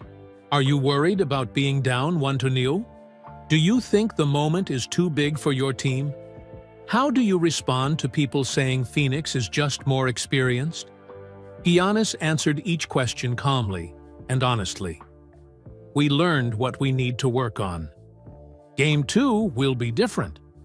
But inside, he was doing what Jordan had taught him. He was treating the loss as information, not failure. Phoenix liked to push the tempo and get easy baskets in transition. They wanted to make the game fast and chaotic. Slow it down, Giannis told himself. Make them play our pace. Game 2 was even worse. The Suns won 118-108, and this time it wasn't even close. Devin Booker scored 31 points and looked unstoppable. Chris Paul had 23 points and 8 assists and barely broke a sweat doing it. After the game, the questions got harder. Are you starting to feel the pressure? Do you think this series might be over already? What can you do differently when you're down 2-0? The old Giannis might have gotten angry at these questions. He might have made excuses or blamed his teammates or the referees. Instead, he thought about Jordan's words from that night in Chicago. Champions don't get to make excuses. They just find solutions. We're going home to Milwaukee, Giannis told the reporters. Our fans have been waiting 50 years for this. We're not going to let them down. The flight back to Milwaukee was quiet. Some of his teammates looked worried. Some looked frustrated. Some looked like they were already thinking about vacation plans. But Giannis spent the flight doing mental training. He visualized Game 3 scenarios. He imagined Phoenix making runs and how he would respond. He thought about his championship switch and felt that familiar fire building in his chest. Most importantly, he remembered something Jordan had told him about pressure. The biggest moments don't feel bigger when you're ready for them. They feel normal. They feel like what you've been preparing for your whole life. Game 3 in Milwaukee was different from the first minute. The crowd was louder than Giannis had ever heard. Fans were wearing shirts that said, "Fear the Deer" and "Bucks in 6." The energy in the arena felt like electricity, but more than the ETE crowd. Something was different about Giannis himself. In the first quarter, when Phoenix jumped out to an early lead, he didn't panic. He stayed calm and made the right plays. When Devin Booker hit 2 3-pointers in a row, Giannis responded by finding Chris Middleton for an easy basket. Trust your teammates, he reminded himself. Make everyone better. By halftime, Milwaukee had taken control, leading 60-45. But Giannis knew the Suns would make a run. Champions always did. The question was how he would respond when they did. The run came in the third quarter. Phoenix outscored Milwaukee 35-25 and cut the lead to 85-80 going into the fourth quarter. The crowd was getting nervous. You could feel the doubt starting to creep into the building. This was the moment Jordan had prepared him for. The moment when everything was on the line and champions had to prove who they really were. Giannis gathered his teammates before the fourth quarter started. "This is what we dreamed about as kids," he said quietly. "Playing in the finals, in front of our home crowd, with a chance to win a championship. Don't think about what happens if we lose. Think about what happens when we win." The fourth quarter became legendary, not because of any single play, but because of how Giannis controlled every moment. When Phoenix scored, he answered. When they made stops, he found a way to score anyway. When they tried to speed up the game, he slowed it down. When they tried to slow it down, he pushed the pace. With 5 minutes left, Milwaukee led 195. With 3 minutes left, it was 105-98. With 1 minute left, 110-101. But the most important moment came with 30 seconds left. Phoenix had the ball, down 8 points, needing a miracle. Chris Paul brought the ball up court, looking for a three-pointer that could change everything. Giannis switched onto Chris Paul and looked into his eyes. He saw a great player, a future Hall of Famer, but also a player who was running out of time and starting to feel desperate. Paul tried to drive to the basket, but Giannis was ready. He had visualized this exact play. He stayed in perfect position, forced Paul into a difficult shot, and when it missed, he grabbed the rebound. Game over. Milwaukee 120, Phoenix 100. In the locker room celebration, Giannis was asked what had changed from the first 2 games. "We remembered who we are," he said. "We remembered that we've been through everything together. We remembered that our city has been waiting for this for 50 years. But the real answer was simpler. He had finally become the player Jordan knew he could be. Not just physically talented, but mentally strong. Not just individually great, but a leader who made everyone around him better." Game 4 was even more dominant. Milwaukee won 109-103, and Giannis had 26 points, 14 rebounds, and 8 assists. But the most important stat was 0, the number of times he let pressure affect his decision-making. After the game, reporters asked him about the momentum shift in the series. "Someone once told me that champions don't celebrate until the job is finished," Giannis said. "We're not finished yet." That night, he received a text from Jordan that was different from all the others. "Watched both games. You're not just playing basketball anymore. You're teaching your teammates how to think like champions. Your father would be proud. 2 more wins. 23. 2 more wins." It sounded so simple. But Giannis knew the hardest part was still coming. Phoenix wouldn't quit. Chris Paul and Devin Booker were too good, too proud to go down without a fight. But as he lay in his hotel bed that night, Giannis felt something he had never felt before in his basketball career. He felt ready for whatever came next. Not hoping for the best, but prepared for anything. The scared kid from Athens was completely gone now. In his place was a man who had learned the deepest secrets of greatness from the greatest player who ever lived. A man who understood that championships weren't won by the most talented team, but by the team that stayed mentally strong when everything was falling apart. A man who was 2 wins away from fulfilling his father's dreams and Jordan's prophecy. Man who was finally ready to become a champion. Game 5 back in Phoenix. The Suns' last chance to play at home. The crowd was desperate, loud, and ready to do anything to help their team stay alive. Before the game, Giannis sat in the visiting locker room and closed his eyes. He thought about that night in the Chicago gym when Jordan had first shared his secrets. It felt like a lifetime ago, but also like yesterday. "Master your mind," he whispered to himself. "Find your switch. Never let them see you break." The game started like a war. Phoenix came out with everything they had. Chris Paul was making impossible shots.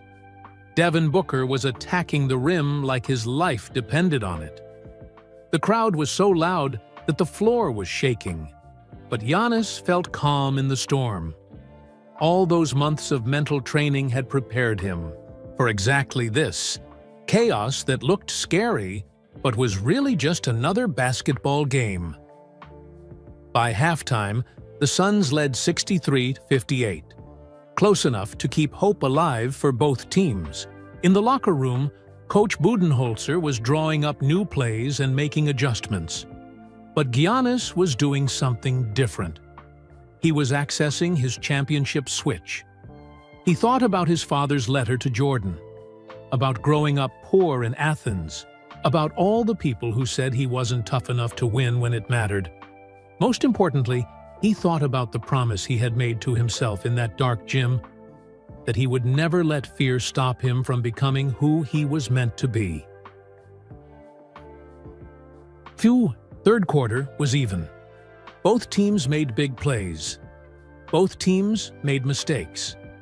With 15 minutes left in the season, the score was tied 84-84. Then came the fourth quarter, the moment that would define everything.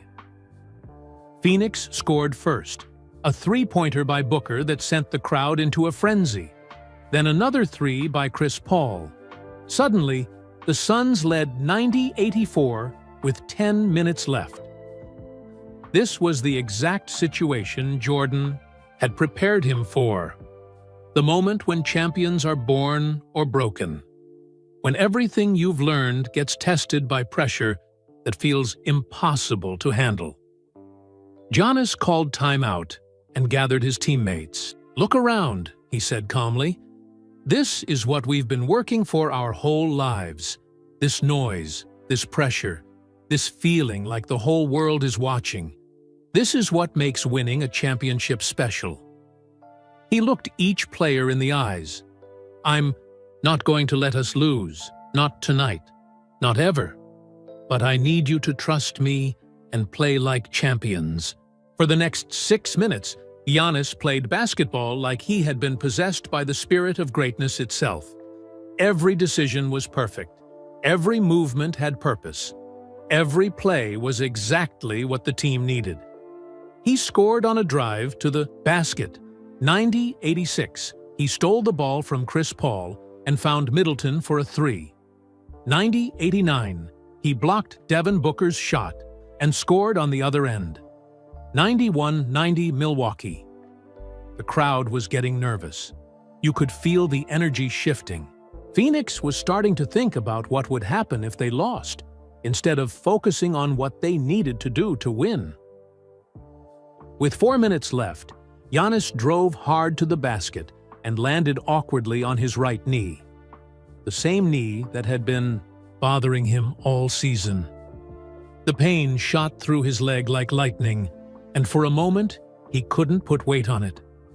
The crowd cheered, thinking he might be seriously hurt. His teammates looked worried. The team doctors ran onto the court. But Giannis thought about Jordan's arthritis story, about playing through pain that should have ended his career, about using pain as information instead of an excuse. "I'm fine," he told the doctors, and limped back onto the court. For the next 4 minutes, he played some of the smartest basketball of his life.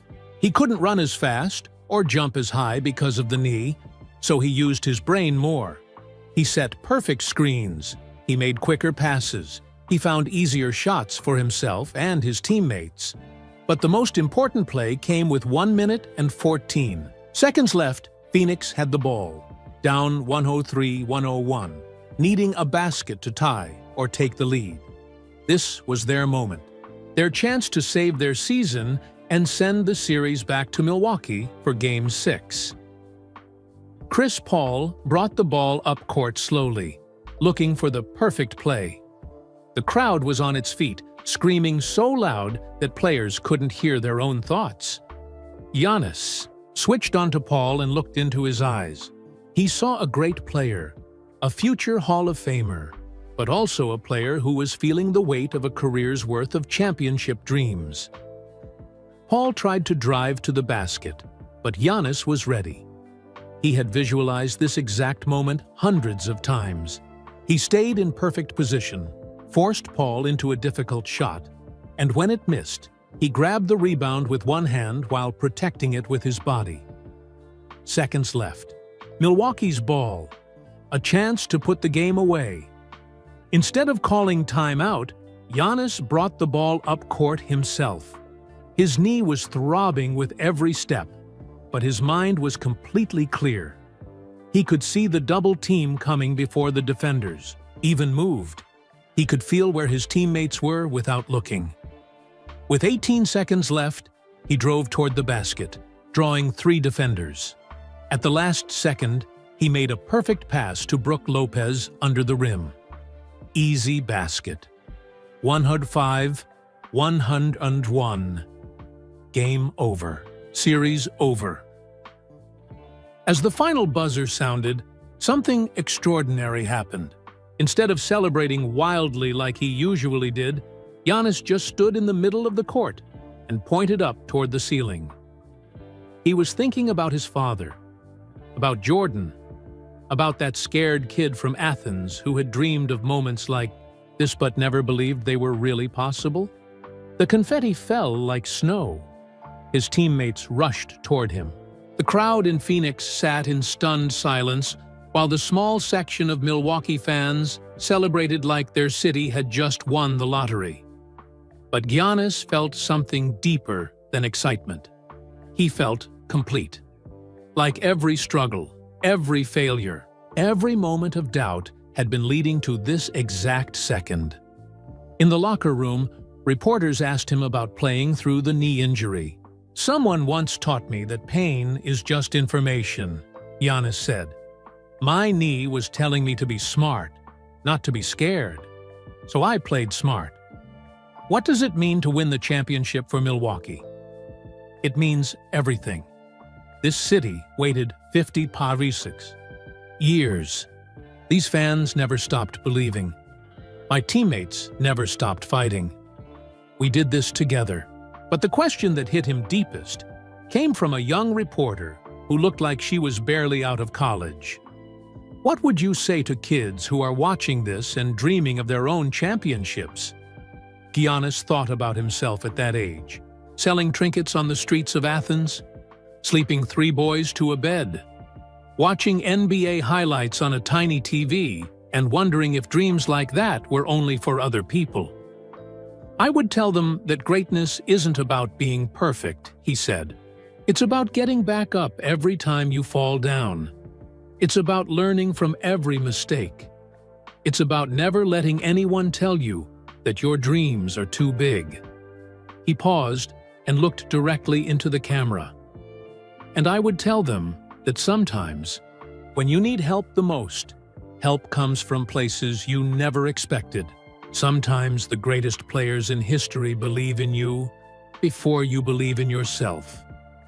That night, his phone rang. It was Jordan. "Congratulations, champion," Jordan said, and Giannis could hear the smile in his voice. "How does it feel?" "It feels like everything you said it would. Like all the pain was worth it. Like I finally became the person my father raised me to be." "You did more than that. You became the person your father dreamed you could be. And now you get to help other people do the same thing." As Giannis hung up the phone and looked around at his teammates still celebrating, he realized that Jordan was right. This wasn't just the end of his journey to becoming a champion. It was the beginning of something even bigger. 3 days after winning the championship, Giannis was still in a dream.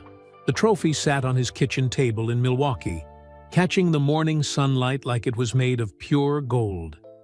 His phone had been ringing non-stop with congratulations from friends, family, and people he hadn't heard from in years. But the call that came Tuesday morning was different.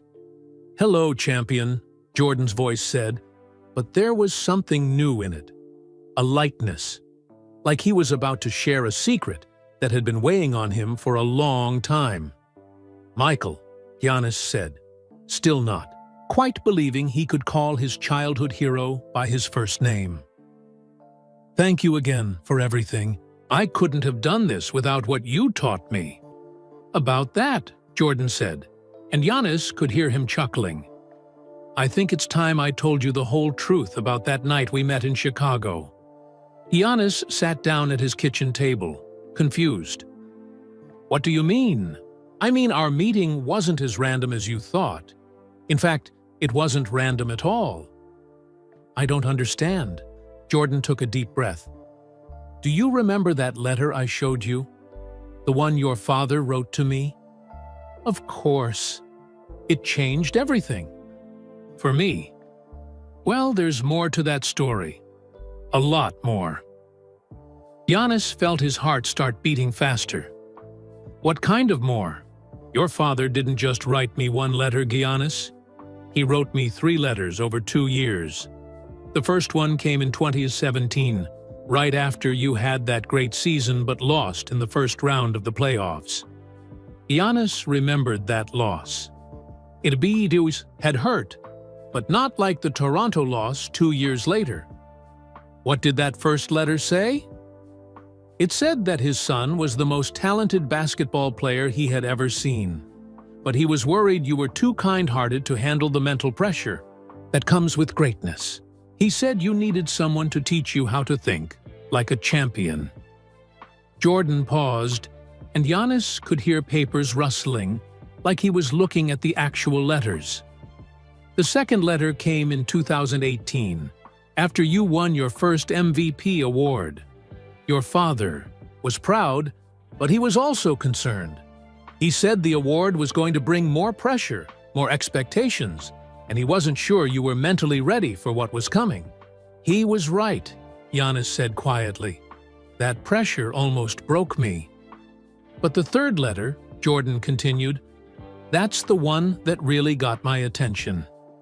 It came in early 2019, just a few months before your father died." Giannis felt his throat tighten.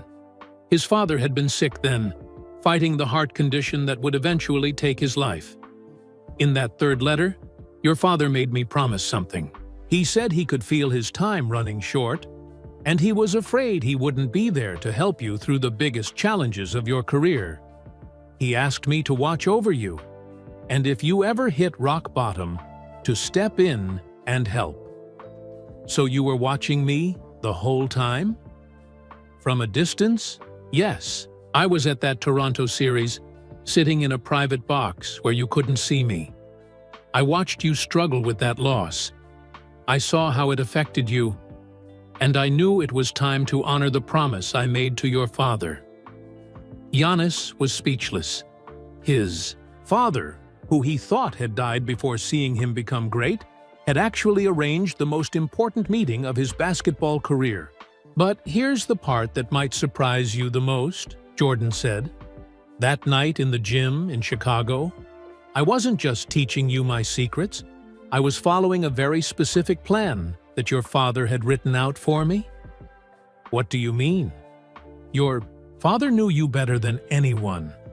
He knew exactly what you would need to hear, and when you would need to hear it. Those 3 rules I taught you, your father suggested them in his letters.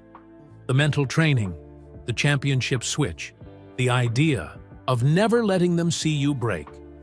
He knew those were the exact things you needed to work on." Giannis felt like the room was spinning. "Are you saying my father basically designed my mental training?" "I'm saying your father was the wisest basketball mind I've ever encountered, and he never played professional basketball a day in his life. He studied you like a scientist studies a specimen.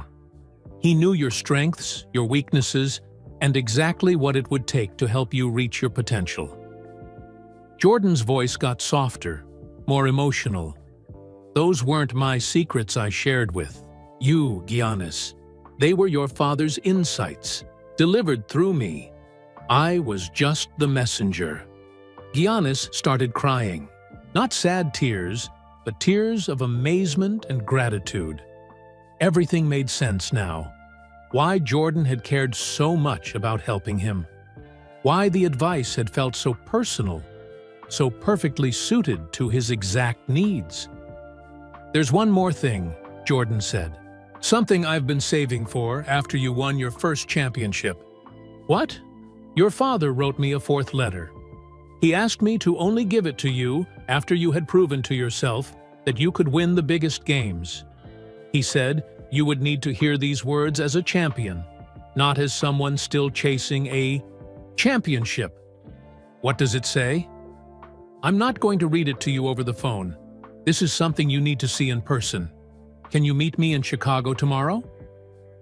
"Of course. Same place. Kenwood Academy.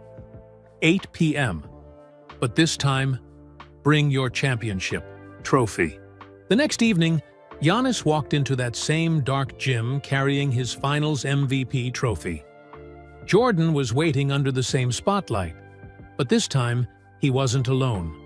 A woman who looked like she was in her 70s stood next to him. "Giannis," Jordan said, "I'd like you to meet Mrs. Washington.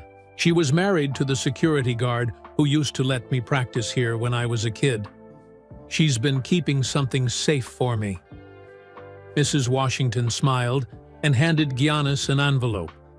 His name was written on the front in his father's careful handwriting. "Your father asked Michael to make sure this reached you when the time was right," she said. "He said it would only make sense after you understood who you really were." Giannis opened the envelope with shaking hands. Inside was a letter written in Greek, his father's native language. But at the bottom, in English, were the words that would change his life forever. "My son, if you are reading this, it means you have become the champion I always knew you could be.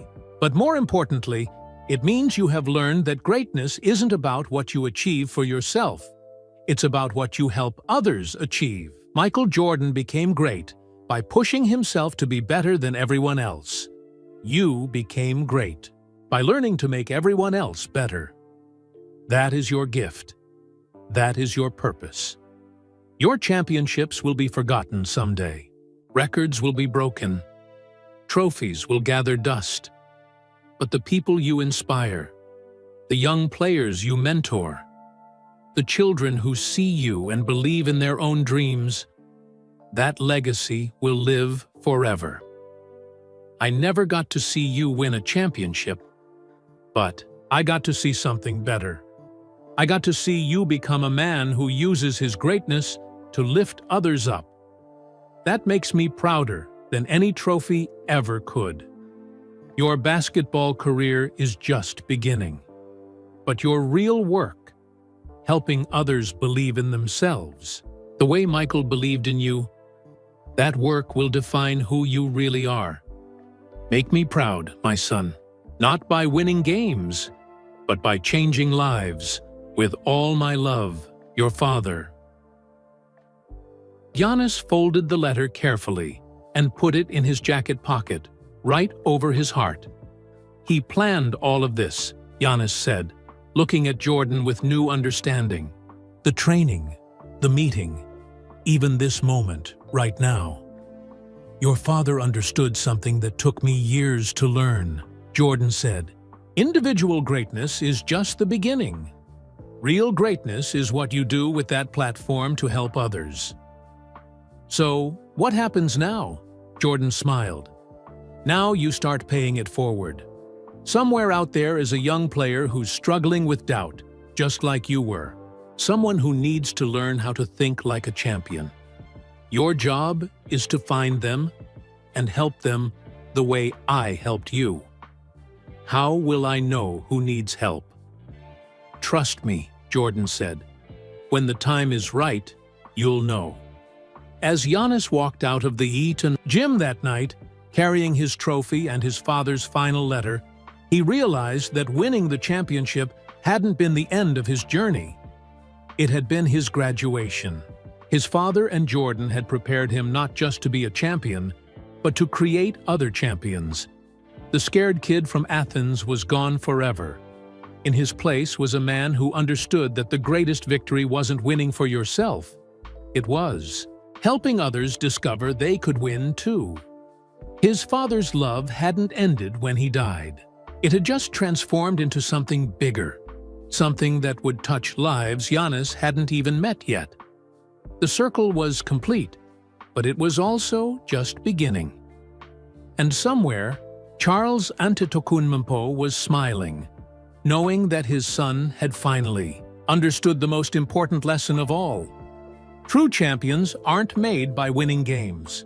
They're made by changing lives. 6 months later, February 2022, the Milwaukee Bucks were defending NBA champions, and Giannis had become everything the basketball world expected. The best player on the planet, a 2-time MVP, and the face of the league. But the most important change wasn't visible in his statistics or trophies. It was in how he carried himself, how he talked to young players, how he used every interview, every appearance, every moment in the spotlight to plant seeds of belief in others.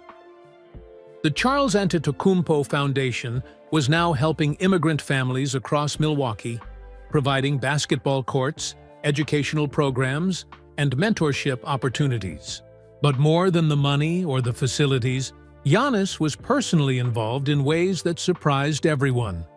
Every Tuesday morning, he would visit different schools in Milwaukee, not for photo opportunities or publicity events, but to sit with kids who reminded him of himself, the ones who looked like they carried the weight of the world on their young shoulders.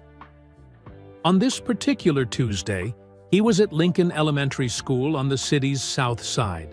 The kids were mostly Latino and African American, many from families who had come to America searching for better opportunities. After talking to the whole school about following dreams and working hard, a small hand went up in the back of the auditorium. "My name is Marcus," the boy said when Giannis called on him. "I want to play basketball like you, but my dad says I'm too small, and we don't have money for camps or coaches." Giannis looked at the boy, maybe 10 years old, wearing a Bucks jersey that was too big for him, with eyes that held both hope and doubt in equal measure. Something about Marcus reminded him of himself at that age, when basketball felt like a dream that belonged to other people. "Marcus, can you stay after? I want to talk to you." When the assembly ended and the other kids went back to class, Giannis sat on the gymnasium floor with Marcus, just like Jordan had done with him in that Chicago gym. "Tell me about basketball," Giannis said. "Do you love playing?" "More than anything, but I'm the shortest kid on my team, and I miss shots sometimes, and my coach says I need to get stronger." Giannis smiled. This was exactly what his father had prepared him for, even if Charles had never said it directly. This was why Jordan had taught him those lessons, not just to win championships, but to pass on the wisdom to the next generation. "Marcus, let me tell you something that the greatest basketball player in history once told me. Champions aren't made by being the tallest, or the strongest, or the fastest. They're made by thinking differently than everyone else." "What do you mean?" "Most kids your age think basketball is about their body, how high they can jump, how fast they can run. But the real game happens up here," Giannis said, tapping his temple. "In your mind." For the next 30 minutes, Giannis taught Marcus the same lessons Jordan had taught him. He simplified them for a 10-year-old, but the core ideas were the same. First rule: master your mind before you master your body. Every night before you go to sleep, close your eyes and imagine yourself making shots, making good passes, playing great defense. Train your brain just like you train your muscles. Marcus nodded eagerly, hanging on every word. Second rule: find your championship switch. Think about the reason you love basketball so much that you'd practice even when it's raining outside. When the game gets hard, remember that feeling and let it make you stronger. What's my championship switch? Only you can decide that, but for me it was remembering my family and wanting to make them proud. What makes you want to work harder? Marcus thought for a moment. My little sister. She thinks I'm the coolest person in the world because I play basketball. I want to show her that dreams can come true. Giannis felt his chest tighten. This kid understood it already. Perfect. That's your championship switch. Every time you feel like giving up, think about your sister watching you play and believing in you. What's the third rule? Never let them see you break. Champions feel scared and worried just like everyone else. But they do what needs to be done anyway. When you miss a shot, you keep shooting. When someone says you're too small, you keep working. When things get hard, you keep believing. Marcus was quiet for a moment, processing everything. Did someone teach you these rules when you were my age? Giannis thought about his father's letters, about Jordan's late-night teachings, about the chain of wisdom that had led to this moment. Yes, and now I'm teaching them to you. But here's the most important part. Someday, when you're older, you need to teach them to someone else. That's how champions are really made. Not by keeping secrets, but by sharing them. A month later, Giannis was playing against the Chicago Bulls at the United Center. During warm-ups, he spotted a familiar figure sitting courtside. Michael Jordan, now 59 years old, wearing a simple gray suit and watching the players with the same intense focus he'd had as a competitor. At halftime, Giannis walked over to Jordan's seat. "How's the mentoring going?" Jordan asked quietly. "Better than I expected. I met a kid named Marcus a few weeks ago. Reminded me of myself at that age. And I taught him the 3 rules. But I also started a program at his school. Every Tuesday, I spend time with kids who love basketball but don't think they're good enough or big enough or rich enough to make it."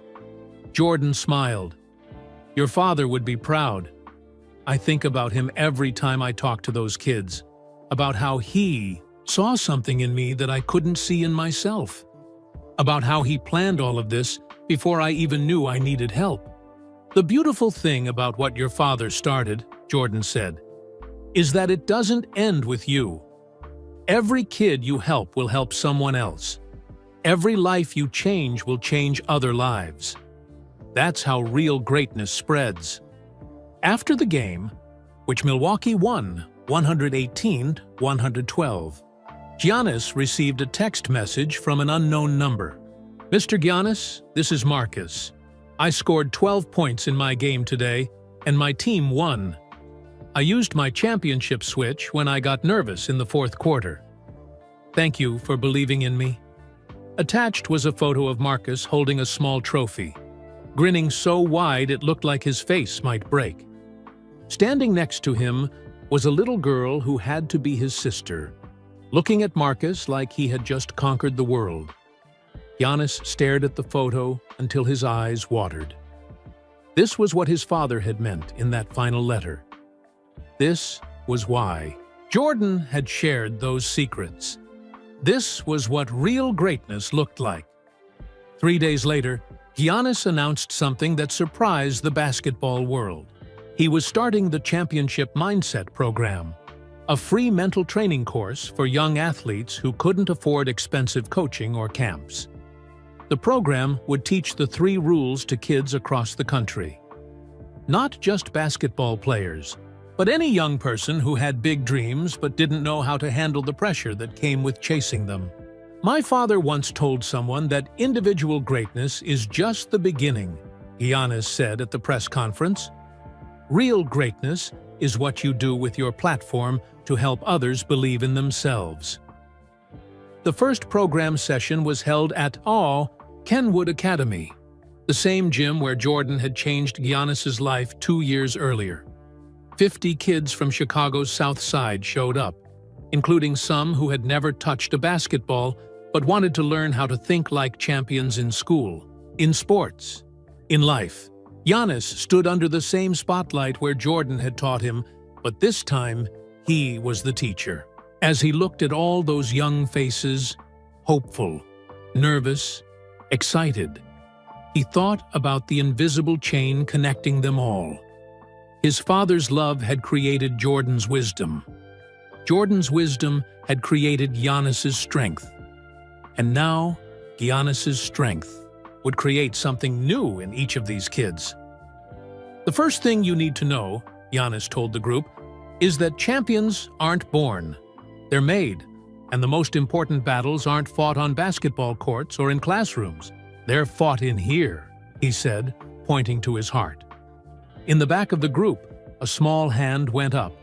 It was a girl who couldn't have been more than 8 years old. Yes? My name is Destiny. Are you going to teach us how to be brave? Giannis smiled and thought about his father, about Jordan, about Marcus and his sister, about all the scared kids who just needed someone to believe in them. Yes, Destiny. That's exactly what we're going to do. As the session began, Giannis felt his father's presence in the gym, not as a memory, but as a living force that connected every person in that room to something bigger than themselves. The circle was growing. The legacy was spreading. And somewhere, Charles Antetokounmpo was smiling, knowing that his son had finally understood the most important lesson of all. True champions don't just win, they create other champions, and that work would never end. Present day, June 2025. 3 years after that first championship mindset session at Kenwood Academy. The NBA awards ceremony was happening in Los Angeles, and Giannis was sitting in the front row wearing a black suit that his stylist had picked out. He had won 3 NBA championships now, 2 more MVP awards, and was widely considered one of the greatest players of all time. But tonight wasn't about basketball. Tonight was about something bigger. Ladies and gentlemen, the presenter said from the stage, this year's recipient of the NBA's Lifetime Achievement Award is someone who has redefined what it means to be great. Not just on the basketball court, but in the community, in the lives of young people, and in showing the world that true champions are measured by the lives they change. Giannis walked onto the stage to a standing ovation.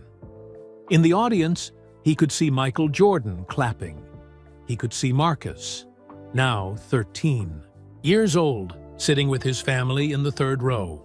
He could see Destiny, the little girl who had asked about learning to be brave, now 11, and already running her own mentorship program for younger kids at her school. Most importantly, he could feel his father's presence everywhere in that room. Thank you, Giannis said as the applause died down. When I was a young player, I thought greatness was about individual awards and personal achievements.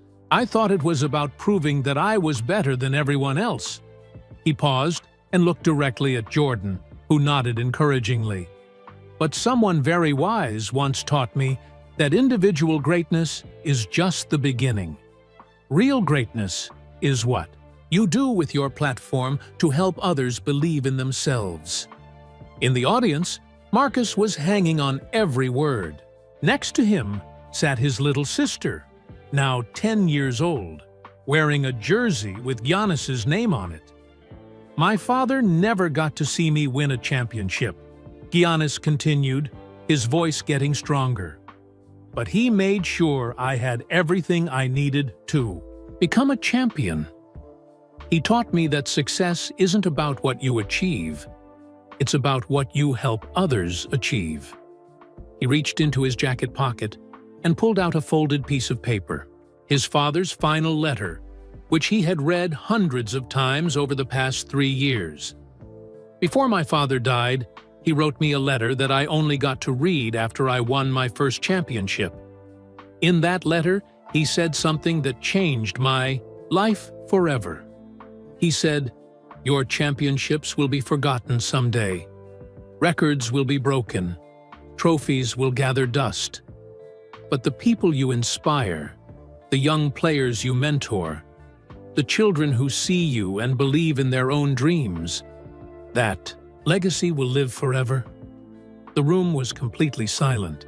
Even the camera crews had stopped moving. 3 years ago, I started the Championship Mindset program because I wanted to honor my father's vision. We've now worked with over 10,000 young people across the country. Not just basketball players, but students, artists, kids who dream of being doctors or teachers or scientists. Giannis looked out at the audience and found Marcus again. One of our first students was a boy named Marcus from Milwaukee. He was small for his age, didn't have money for expensive camps, and sometimes doubted whether his dreams were possible. But he had something more important than size or money. He had heart. Marcus was trying not to cry, but tears were streaming down his face anyway. Marcus taught me that when you help one person believe in themselves, you're not just changing one life, you're changing every life that person will touch. Marcus now mentors younger kids at his school. His sister Aaliyah started a program to help immigrant families learn English. The ripple effect of one conversation, one moment of belief, can change the world. The applause started slowly, but built into another standing ovation. But Giannis wasn't finished. There's something else I need to share tonight. Something I've never told anyone publicly. The room grew quiet again. That Championship Mindset program, those 3 rules we teach about mastering your mind, finding your switch and never letting them break, those weren't my ideas. They came from someone who understood greatness better than any basketball player who ever lived. He looked at Jordan, who was smiling through tears. They came from my father, Charles Antetokounmpo, a man who never played professional basketball, never made millions of dollars, never had his name in the record books. But he understood something that took me years to learn. That the greatest victory isn't winning for yourself. It's helping others discover they can win too. Giannis paused and looked up toward the ceiling, as if he could see his father watching from heaven. "Dad, if you can hear me, I want you to know, we kept your promise.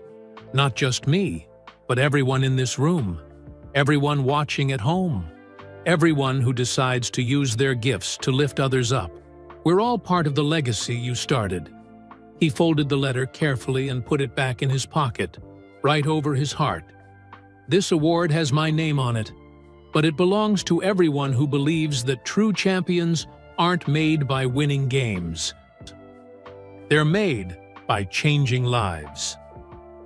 As Giannis walked off the stage, the standing ovation lasted nearly 5 minutes. But the most important moment came afterward, in the hallway outside the auditorium. Marcus and his family were waiting for him.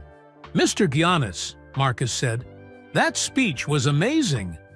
But I have something to tell you." "What's that?" "Remember when you taught me about the championship switch?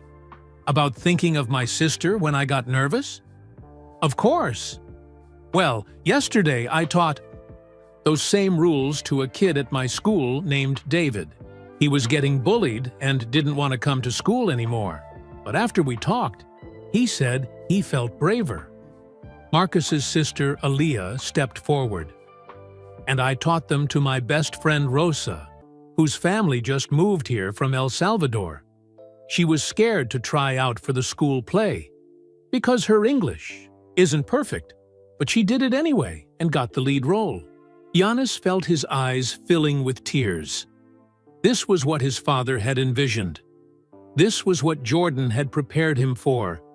Not just winning championships, but creating a chain of belief that would spread from person to person, generation to generation. "That's the most beautiful thing I've ever heard," Giannis said.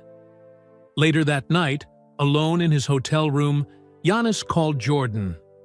"Congratulations on the award," Jordan said. "But more importantly, congratulations on understanding what it really means to be great. I couldn't have done any of this without you, without my father's plan." "You're wrong about that. Your father gave you the blueprint, and I helped you understand it. But everything you've built since then, the foundation, the programs, the lives you've changed, that's all you. It doesn't feel like just me. It feels like we're all connected. My father, you, me, Marcus, all those kids. Like we're all part of something bigger. That's because you are. That's what real greatness looks like. It's not one person standing alone at the top. It's a community of people lifting each other up." As Giannis hung up the phone, he walked to the window of his hotel room and looked out at the city lights below. Somewhere out there were kids who reminded him of himself at their age. Scared, hopeful, full of dreams they weren't sure they deserved to chase. His phone buzzed with a text message from an unknown number. "Mr. Giannis, my name is David. Marcus told me you might understand what it's like to feel scared sometimes. Can you teach me how to be brave like you taught him?" Giannis smiled and started typing his response. The work would never end, but that was the beauty of it. Every person he helped would help someone else. Every life he changed would change other lives. His father's love hadn't died with him. It had transformed into something eternal, something that would touch people Charles Antetokounmpo would never meet, in places he would never visit, for generations he would never see. But somehow, through the power of one man's belief in his son, and that son's willingness to pass on what he had learned, Charles's love would live forever. The scared kid from Athens was gone completely now. In his place was a man who understood that the greatest championship wasn't something you won for yourself. It was something you helped others discover they could win too. And that championship would never have a final buzzer. It would never end. It would just keep growing, one changed life at a time, forever and ever. The promise was fulfilled. The legacy was secure. The work would continue. And somewhere, Charles Antetokounmpo was smiling, knowing that love, real love, never dies. It just finds new ways to change the world. And that was the end of this incredible story. How a father's love, Michael Jordan's wisdom, and Giannis Antetokounmpo's determination created a legacy that changed thousands of lives. The 3 rules that transformed Giannis from a playoff disappointment into a champion weren't just about basketball. They were about believing in yourself when the world says you're not enough, using pain as fuel instead of an excuse, and understanding that true greatness comes from lifting others up. We'd love to know, where are you listening from today? Drop a comment and let us know your city or country. If this story inspired you or taught you something new, please hit that like button. It really helps us reach more people with these powerful stories. And don't forget to subscribe to our channel for more incredible tales of triumph, perseverance, and the hidden moments that shape greatness. We share stories like this every week. Most importantly, please share this video with your friends and family. In a world that often focuses on division, stories like Giannis's remind us that love, mentorship, and believing in each other can change everything. Let's spread that kindness and awareness together. Remember, you might be one conversation, one moment of belief, one act of encouragement away from changing someone's life forever.